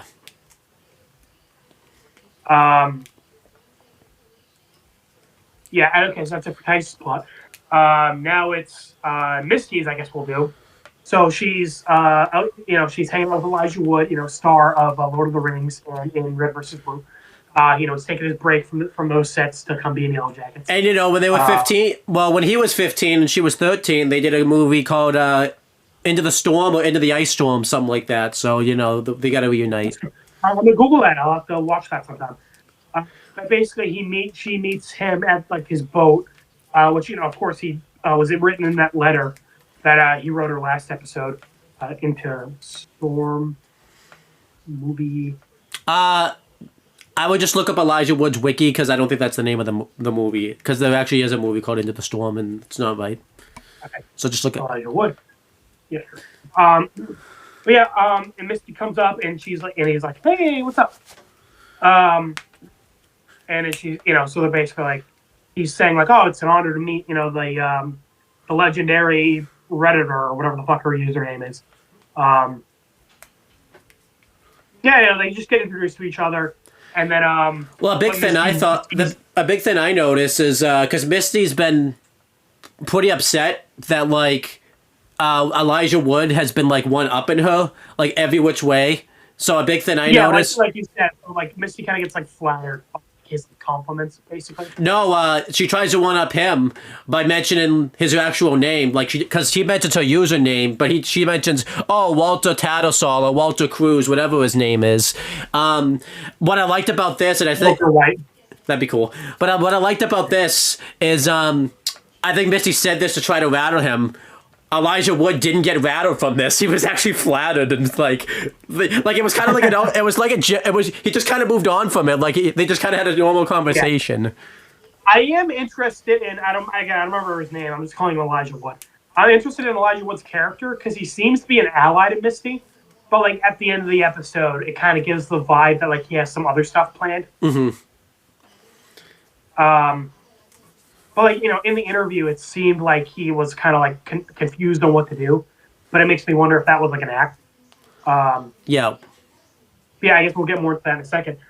Basically, the person who was at the hotel, the night Natalie got kidnapped, is Randy. And you kind of already said this last time. But I like that Misty's, like, freaks out and she, like, runs inside to the boat. She's like, your accomplice is, your person is Randy, like he's known me since kindergarten. He's obviously gonna know I'm not FBI. Right. So he says like, it makes me wonder if Elijah would do that. I like to think so. Because it does. That's a bit too. Yeah, because again, if we're on this trouble of tracking down Misty, I feel like he'd be able to easily find out like her classmates. Yeah, definitely. Because I mean, he's the one who suggests like, okay, well. Get on your phone and like tell me what interview questions you want me to ask him. Yeah. So this feels like his way of I could be spewing shit out of my asshole here, but this could just be him like his way of taking control of the situation. Yeah. So I'm interested if that's the case. Or again, again spewing shit out of my ass and it's I'm just looking too deep into it. But Randy comes in and this guy is like being pretty cordial at first. He's like, okay, so what happened? Well, it's funny, like you said, Randy thinks that the questions are about Jeff and like the blackmailing.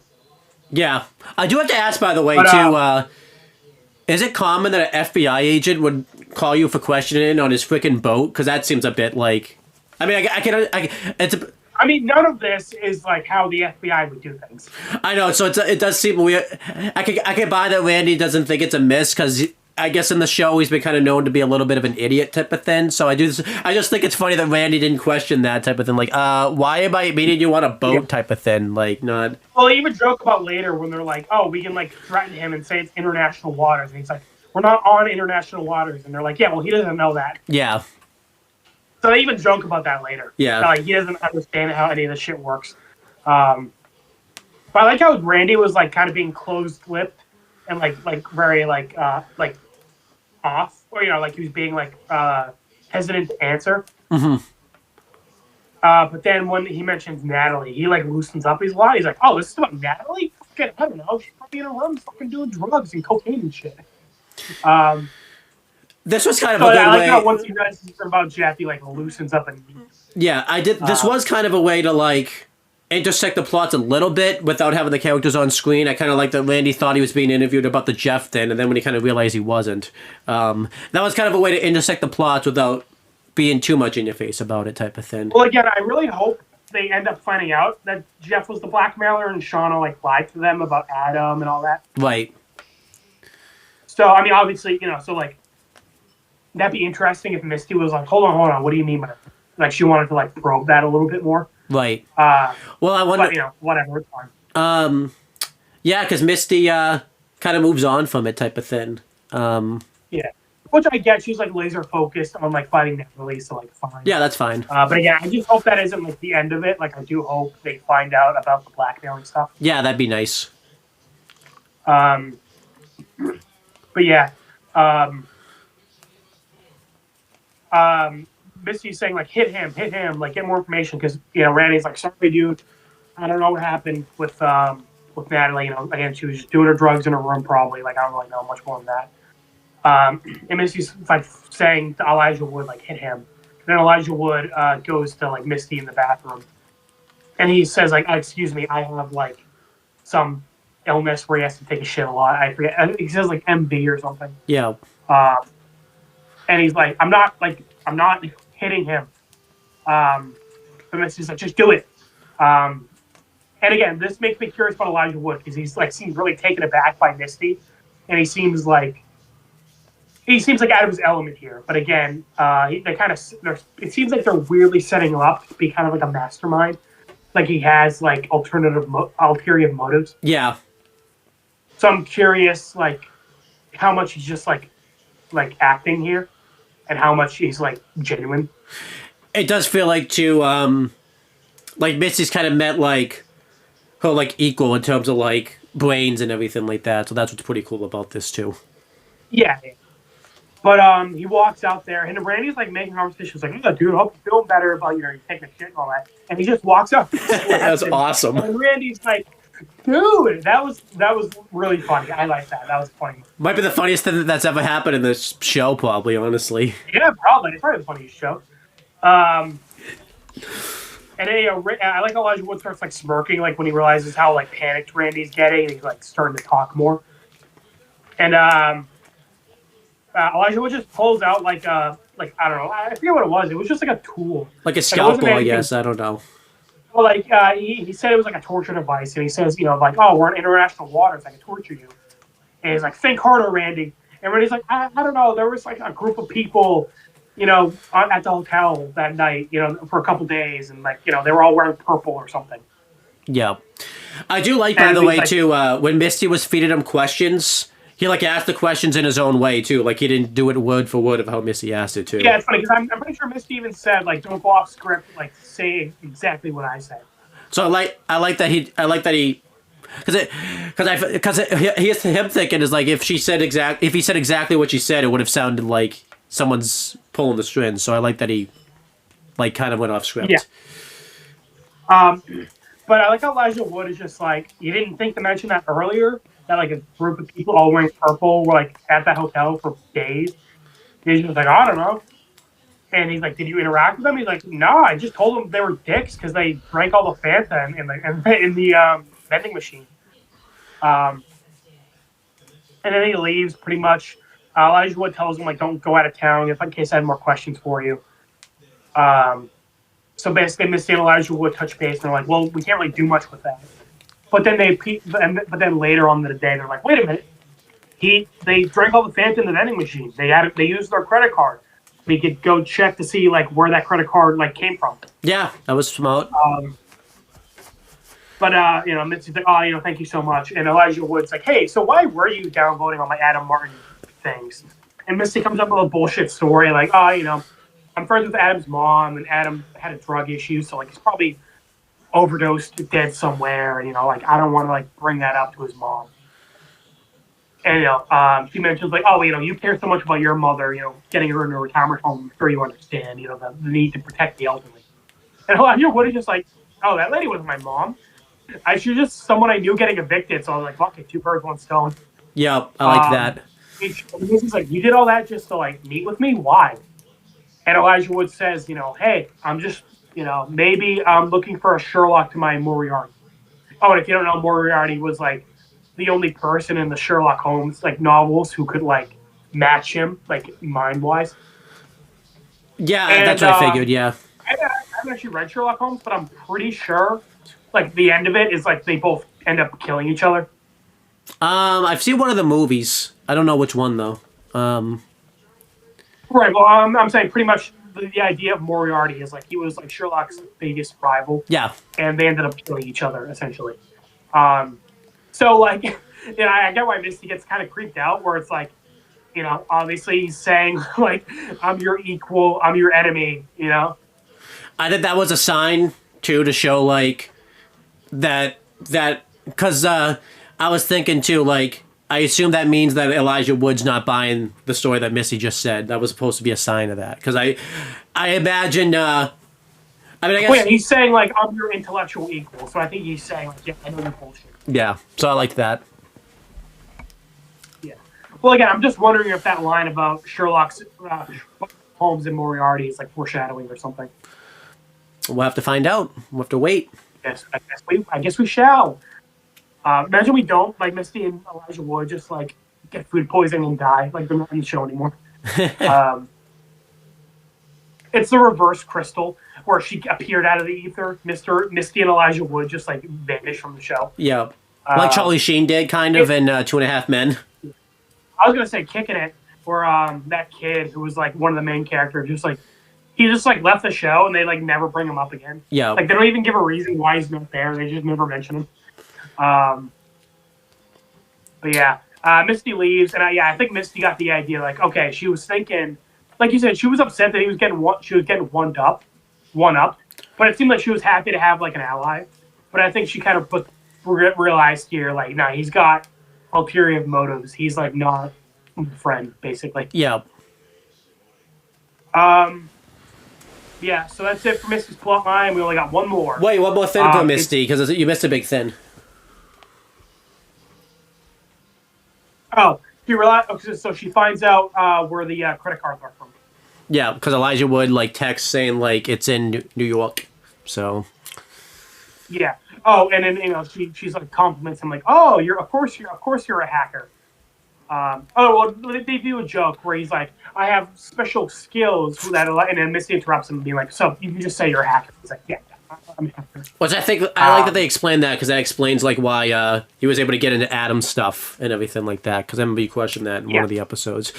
I mean, it's still kind of weird though, because how did he know? Like, was he stalking Adam too though? Because how did he know he went to all these places, type of thing? So, Well, I guess the idea is like Adam was on the news for like being missing, so he was like, "Oh, this missing guy, fuck it, I'll hack all this shit to see like what he was doing."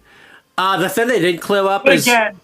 Keep in mind, it has not even been a full week yet since Adam died. Yeah. Last episode, they said he's been missing for a couple days. Mm-hmm. And then presumably this is like the next day.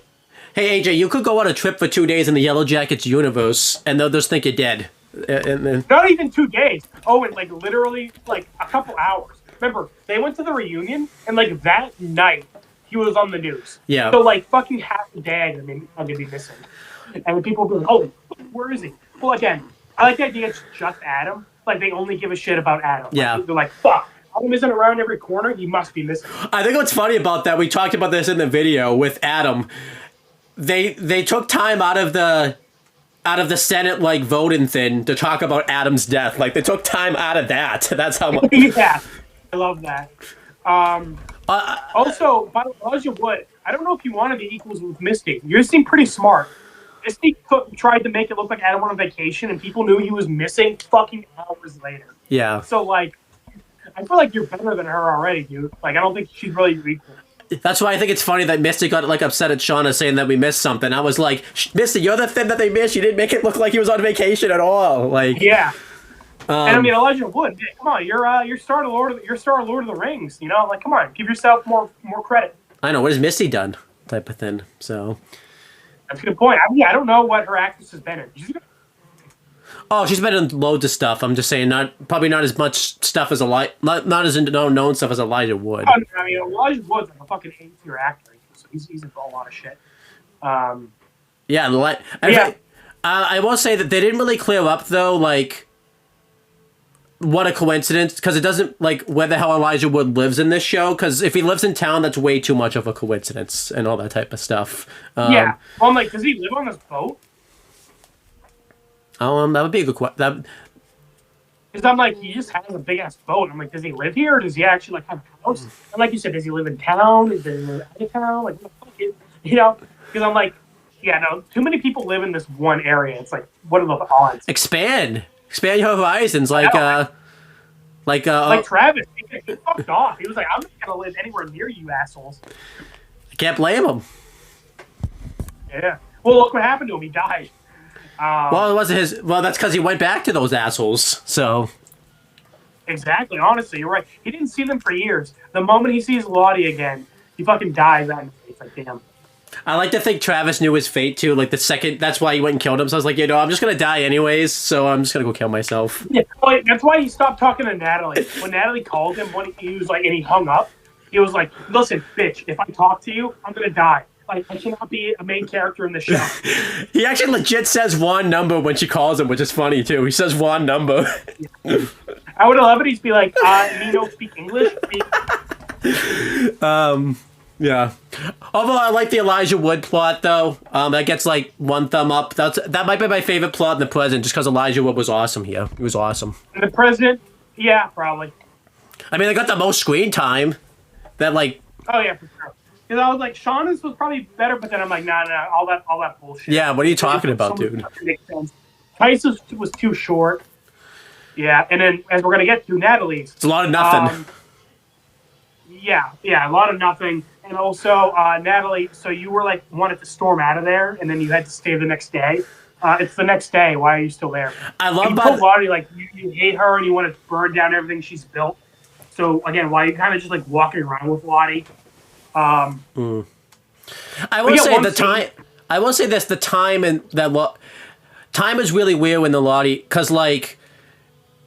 Episode 1, Lottie mentions I have a message for you from Travis. Then they were like together the next morning. Like Natalie didn't want to ask her any questions about it, and then like here, like it's the next day and Natalie's still there. Maybe Natalie slept in. She's known to sleep in. I guess maybe she slept in. Well, I mean, I'm just confused why she's not like wanting to leave again. Because I was like, she wanted to leave episode 1. She wanted to leave episode 2. Yeah. You know, she's just kind of hanging around. Like, the only reason she stuck around in episode 2 was, to find out about Travis. And like you said, it's weird that they just waited a day to like have that conversation. You figure Natalie would be like, "Tell me right now." Well, like we made this joke. Lottie only has 1 day per year. She actually has a conversation with people, so maybe that was just the day. Yeah. That's why she's so vague in this episode. So there's not really too much here. We get to see a bit more of like the cult area. Lottie shows Natalie a bunch. They beekeep, much like Jerry from Rick and Morty. Remember when he beekeeps? Good times. But yeah, and obviously, I think the bees are supposed to be symbolic of like the YellowJackets, obviously, because like the yellow jacket, bee, wasp, whatever they are. And she talks about how this is a fun little bee fact I already knew. Only one queen is supposed to be born per colony, and any other queens, bees that are born are like killed. Yeah, because like their competition. And Natalie's like, "Oh wow, how cruel!" And like, fucked up, and Lottie explains like it's not cruel, it's just natural. That's what they do. And then we get like a little close up of like how brutal it is. When like all the other bees rip apart like the rival queen bee. Yeah, it's pretty brutal. Yeah. No, yeah, bees are fucking assholes. Little side note: when I was a kid, I read the BFG, and he was talking about how like it's about giants and how like giants don't kill other giants, and like he told the human like humans are the only animals that kill each other. No other animal kills each other, not even wolves. And even when I was like 9, I was like, that's bullshit. I know for a fucking fact that's bullshit. Yeah, it really is. Fucking bees kill each other, wolves kill each other, crabs kill each other, praying mantis. The whole point of the praying mantis is they mate and then fucking eat each other. Yeah, there's a lot of stuff that does that, yeah. I was like, that's fucking... So, I know, side note, that has nothing to do with this. That reminds me of that. I just wanted to point out how I fucking hated that even as a kid. Well, because, Lottie makes a good point. Well, they both make good points of, like, it's nature, that's just how it is.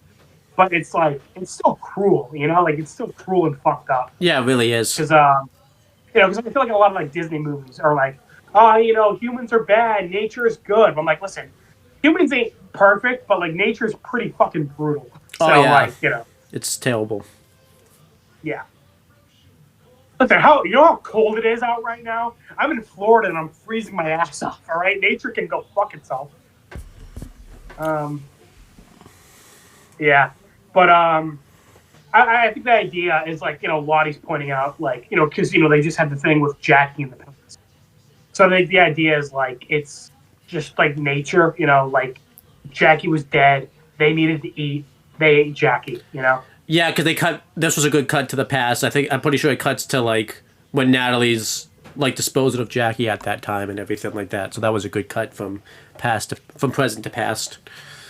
Yeah. And then a little later, Natalie's just kind of by herself walking around. Again, I don't know why Lottie doesn't have a guard with Natalie at all times, because Natalie just tried to kill herself. And she threatened to, like, burn down your whole cult. So... if you're fine with Natalie being there, sure. But, like, it seems weird she doesn't, like, have somebody with Natalie at all times. It seems like, too, Natalie could just come and go where she pleases. She could just leave when she really wants to leave type of thing. So. Oh, yeah, that's my point. Is, like, Natalie seems like she wants to leave. Yeah. So, if she wants to leave, why isn't she leaving? And if Lottie's, like, why, I'm just, like, I wouldn't trust Natalie just walking around by herself. I feel like, in others, in most scenes, Lottie's with Natalie, so sure. But, like, in this scene, Natalie's just walking around by herself, so it feels weird. It feels like if Lottie's busy and can't be with Natalie at all times, you figure she would have somebody with Natalie. Or, like, people in place, like, wherever Natalie's gonna go type of thing. Yeah, just, like, have some people watching her, I feel like, too, it's supposed to be that thing, like, Natalie... Because in a cult thing, you can leave where you want, but we manipulate you to, like, stay. It doesn't even seem like that. Oh, Natalie's not in the cult, is the thing. Again, like, if you're already going to go and kidnap her, you figure you would have people, like, watching her. Yeah.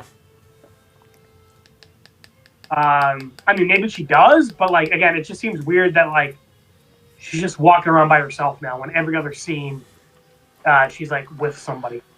Yeah, I agree. But yeah, she's walking around, she sees... This is the girl who got stabbed with the fork, right? Yeah.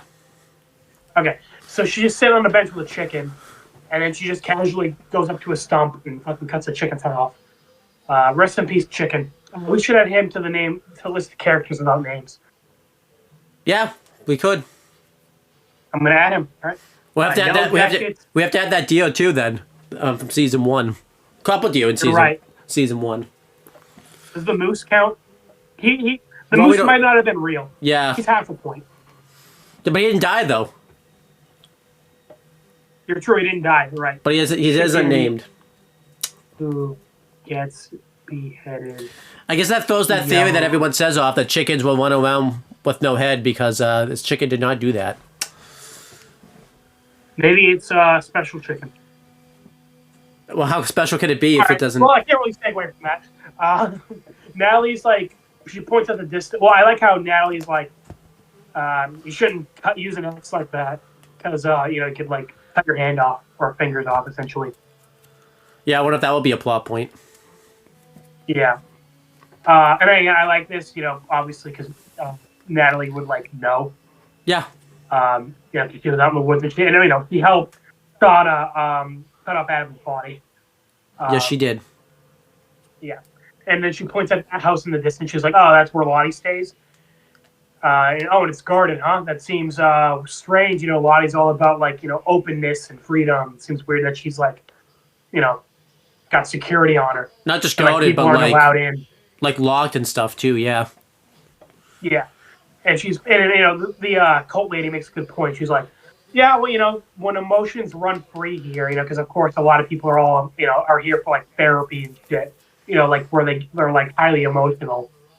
It makes sense to like, have the leader of the area like kind of have, security. That's fair, I guess.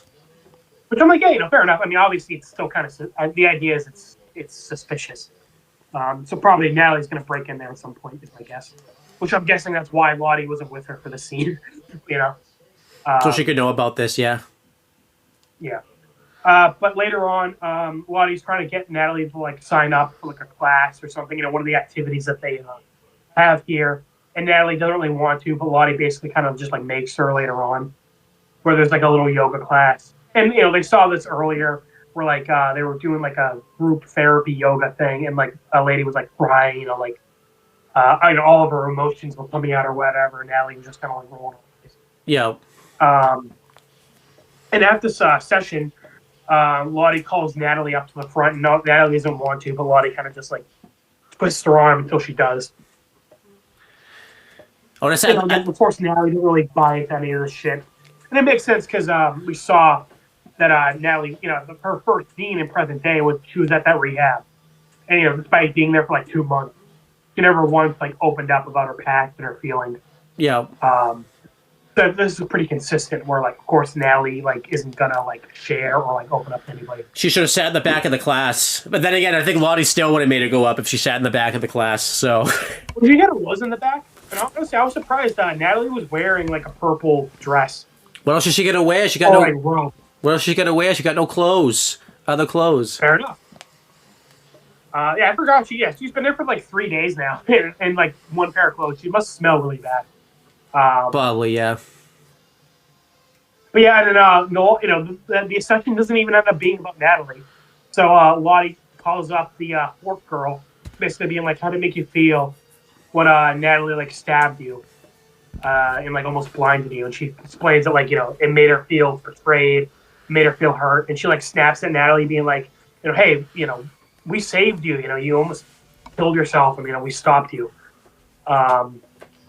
Yeah, I do think it's kind of funny how this girl is like, again, like blaming Natalie kind of when it's like, okay, you did kidnap her and strap her to a bed against her will. Yeah. But Lottie gives a bit of exposition, like apparently in the past this girl, like was like in a like abusive, whatever, like we don't get specifics, but like she was in a situation where like she had to like repress her anger, and now it's like she's not used to like being able to show it. Yeah. Which I guess is supposed to like give a parallel to Natalie, where Natalie and this girl are apparently very similar. Where in the past they like could never like share their anger, but now they're in a space where they could. Yeah, I like that. And Lottie gives this girl a fork, and it's like, okay, if you want revenge, stab Natalie. And Natalie's like, what? It's kind of weird. Natalie kind of just like stands there. She seems worried, but like, she doesn't really make any moves to like defend herself, and she doesn't really say anything either. Natalie just kind of stands there like waiting to get stabbed. Well, my implication was like Natalie was just gonna probably block it anyways, because I feel like Natalie could have just, I don't think Natalie was just gonna like take. I don't think Natalie was gonna take this. I didn't really. It seemed like. Well, I just think it's gonna say anything. I just don't think she's. I didn't expect Natalie to like beg for her life or anything. I was just kind of surprised Natalie's like, listen, I guess you wanted to see what the girl was gonna do. I was getting the vibe that Natalie just kind of thinks this whole thing's BS, so she was just kind of going. She was just kind of going through the motions, type of thing. So. Yeah, I guess. But yeah, the girl ends up dropping the knife, crying, and like hugging Natalie and being like, "I forgive you."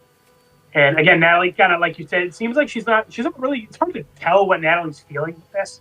Like, I don't know if she's like, again, like you said, just kind of not really like into any of this. Yeah. Or if like this was like a moment for her, she's like, okay, all right, this is interesting. I kind of remember when I saw this at the time, I'm like, oh, we're making this go like a character now. That's a choice. I didn't really know. I kind of figured they were because she showed up again in episode 2. And you also said she comes back. Yeah, but I didn't know that when I watched it. So like, I'm like, oh, she's gonna be a character now. That's a thing. She, I didn't necessarily. No, I feel like that just happens for me a lot in shows where like characters will just become characters, and you're like, oh, that, and you think they're gonna be background and didn't characters. expect you to be a thing. I thought you were a one and done, but okay. Yeah, and you kind of sometimes I love it. Like with I think the biggest example of that honestly is with Elle. Like but like that was kind of built up. Oh yeah, you thought he was gonna be like a one-off to show how smart Light is, and then he ended up sticking around, and he was like arguably the best character in the show. But I feel like sometimes though, like also too, she hasn't really done anything like at the moment where I'm like, oh, you're a character now, you're cool, like that's awesome. Oolong from Dragon Ball, again from that episode, he seems like such a one-off. Yeah, but he's also been in like the intros and all that type of stuff. So yeah, okay, fair enough. Yeah, I guess the intro kind of spoiled you on that. But like this person here especially, I'm just like, whose name I can't even remember. I'm just like, you're thin. That's why I've been calling her Fork Girl. I'm just like, you got stabbed with a fork. I mean, I'm pissed she kind of does become a character but we'll come back to that later. Okay, I guess I can look forward to her pissing me off maybe. But yeah. I think this whole plot line was kind of, or like this episode was kind of establishing, how like, this place is supposed to be like a place of like healing and emotions and, all that good stuff. But then we get, and you think Lottie's really coming to peace with who she is. And, but then we get one more scene with Lottie where she returns to like the beehive area and she seems distraught. She sees blood on top of all the beehives, and then she like opens one up and just sees it's covered in blood. And Lottie seems super distraught. She starts like sobbing, and she like sees all the blood in her hands, and she's like really upset. But then somebody calls out to Lottie, and she's like, "Lottie, are you still joining us for lunch?" And then Lottie like looks at her hands and sees that there is no blood. Like the beehives are perfectly fine. So basically, Lottie was having a vision or hallucinating that like all of her bees had been killed essentially and just left as like bloody smears. And the episode pretty much ends on that note. So I guess this showing that Lottie is still having visions, and she isn't like as in tune with her emotions as she might claim to be. Like she obviously and she doesn't have a good grasp of like all the things she sees. Also, it shows that like her visions are back because it seems like she made it seem like that she had control of it, but that's not the case. Yeah, that's what I was trying to say. It's like Lottie's not as in control as we might think. And as you know, if you know Lottie, I'm assuming this is like symbolic. Like I said, I feel like the bees are supposed to be like the YellowJackets. Yeah. So like, I'm assuming this. I'm assuming we don't know what this means yet, but like this seems going to be like foreshadowing or something. And also that woman, by the way, when she was talking to her, because Lottie was still having a vision, she heard her like in French at first. So that was a big thing. Oh yeah. You're right. Because Lottie was like speaking in French when she like flipped the fuck out at the seance. Yeah. Yeah, I like that. And obviously, Lottie's going to have these visions and not tell anybody because that's what just Lottie does. So I mean, she apparently hasn't told anybody for like 30 years. So fuck it, why stop now? That was actually my immediate reaction when I saw this type of thing. It's like, oh, Lottie's not going to say anything to anybody. So it's just like, yeah. So it's like fuck it, 30 years. You're on a roll at this point. Keep it going. She had her one day where she told somebody something, and it was probably not the truth. So yeah. I think I talked about this with you off screen. This is kind of like, I don't necessarily hate adult Lottie, but this is kind of like when I was like, not really feeling adult Lottie. I like the actress that plays her and stuff, and it seems like good, but it doesn't really seem like she has like a lot of the same mannerisms as past Lottie. Like, you know, with all the other characters, they at least kind of have a distinct thing that makes it feel like it's that character older. I'm not really feeling that right now with Lottie. I would like Lottie, and I would probably like this character if it wasn't Lottie, but I'm like, I don't know if I like. I don't know if I'm liking adult Lottie. Adult Lottie just isn't really doing it for me, type of thing. And it was this episode where I kind of started to feel, because the first two episodes I was kind of like fine, but this episode I'm kind of like something's just not and I don't think I'll ever be able to explain why, but something just isn't connecting for me with adult Lottie. So I made pretty good time. You know, you talked for about an hour, a little less actually. I talked for like a little over an hour, like an hour and 10 minutes. So we made pretty decent time on that one. Yeah. That's this episode. Why don't I let you do the letter grade first? Because I think you liked this episode more than I did. Honestly, because I was thinking B-, but like once we talked about Shauna's plot and like Thais's plot was interesting, but really short. Misty and Natalie's plots were okay, but again, like I said, it's really dumb how Natalie was acting compared to the last two episodes. The baby shower scene was really too sudden. Ben was great. Ben was the gold star. Overall, I thought this episode was better than episode 1 at first, but now we're going through it. Probably the worst one so far of season 2, giving it a C+.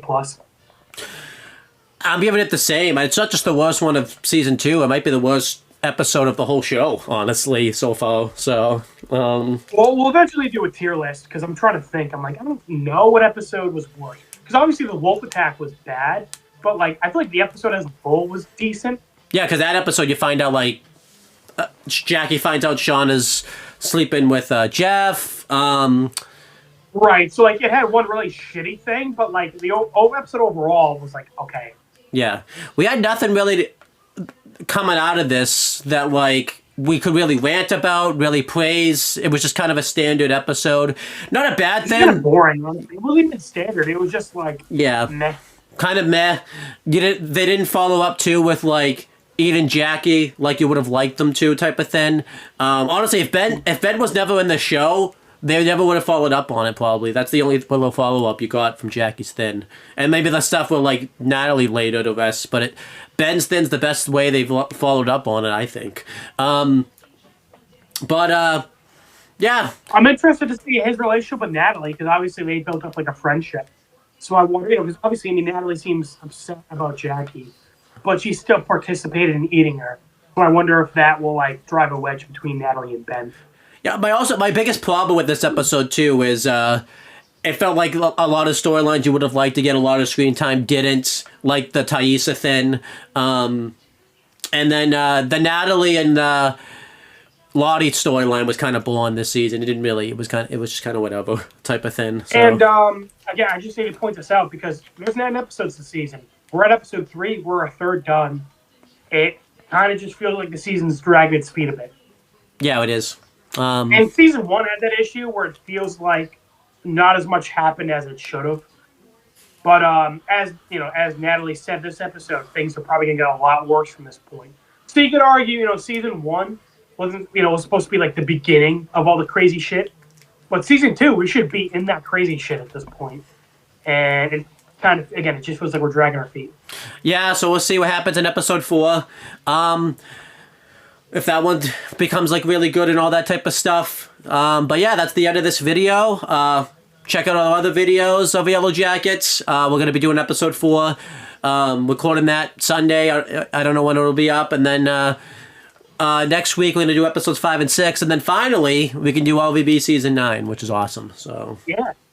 Check out his channel. Check out Putz Paws. I haven't uploaded anything yet, but I did go home last night and write a little bit of a script for an episode. Or like a video.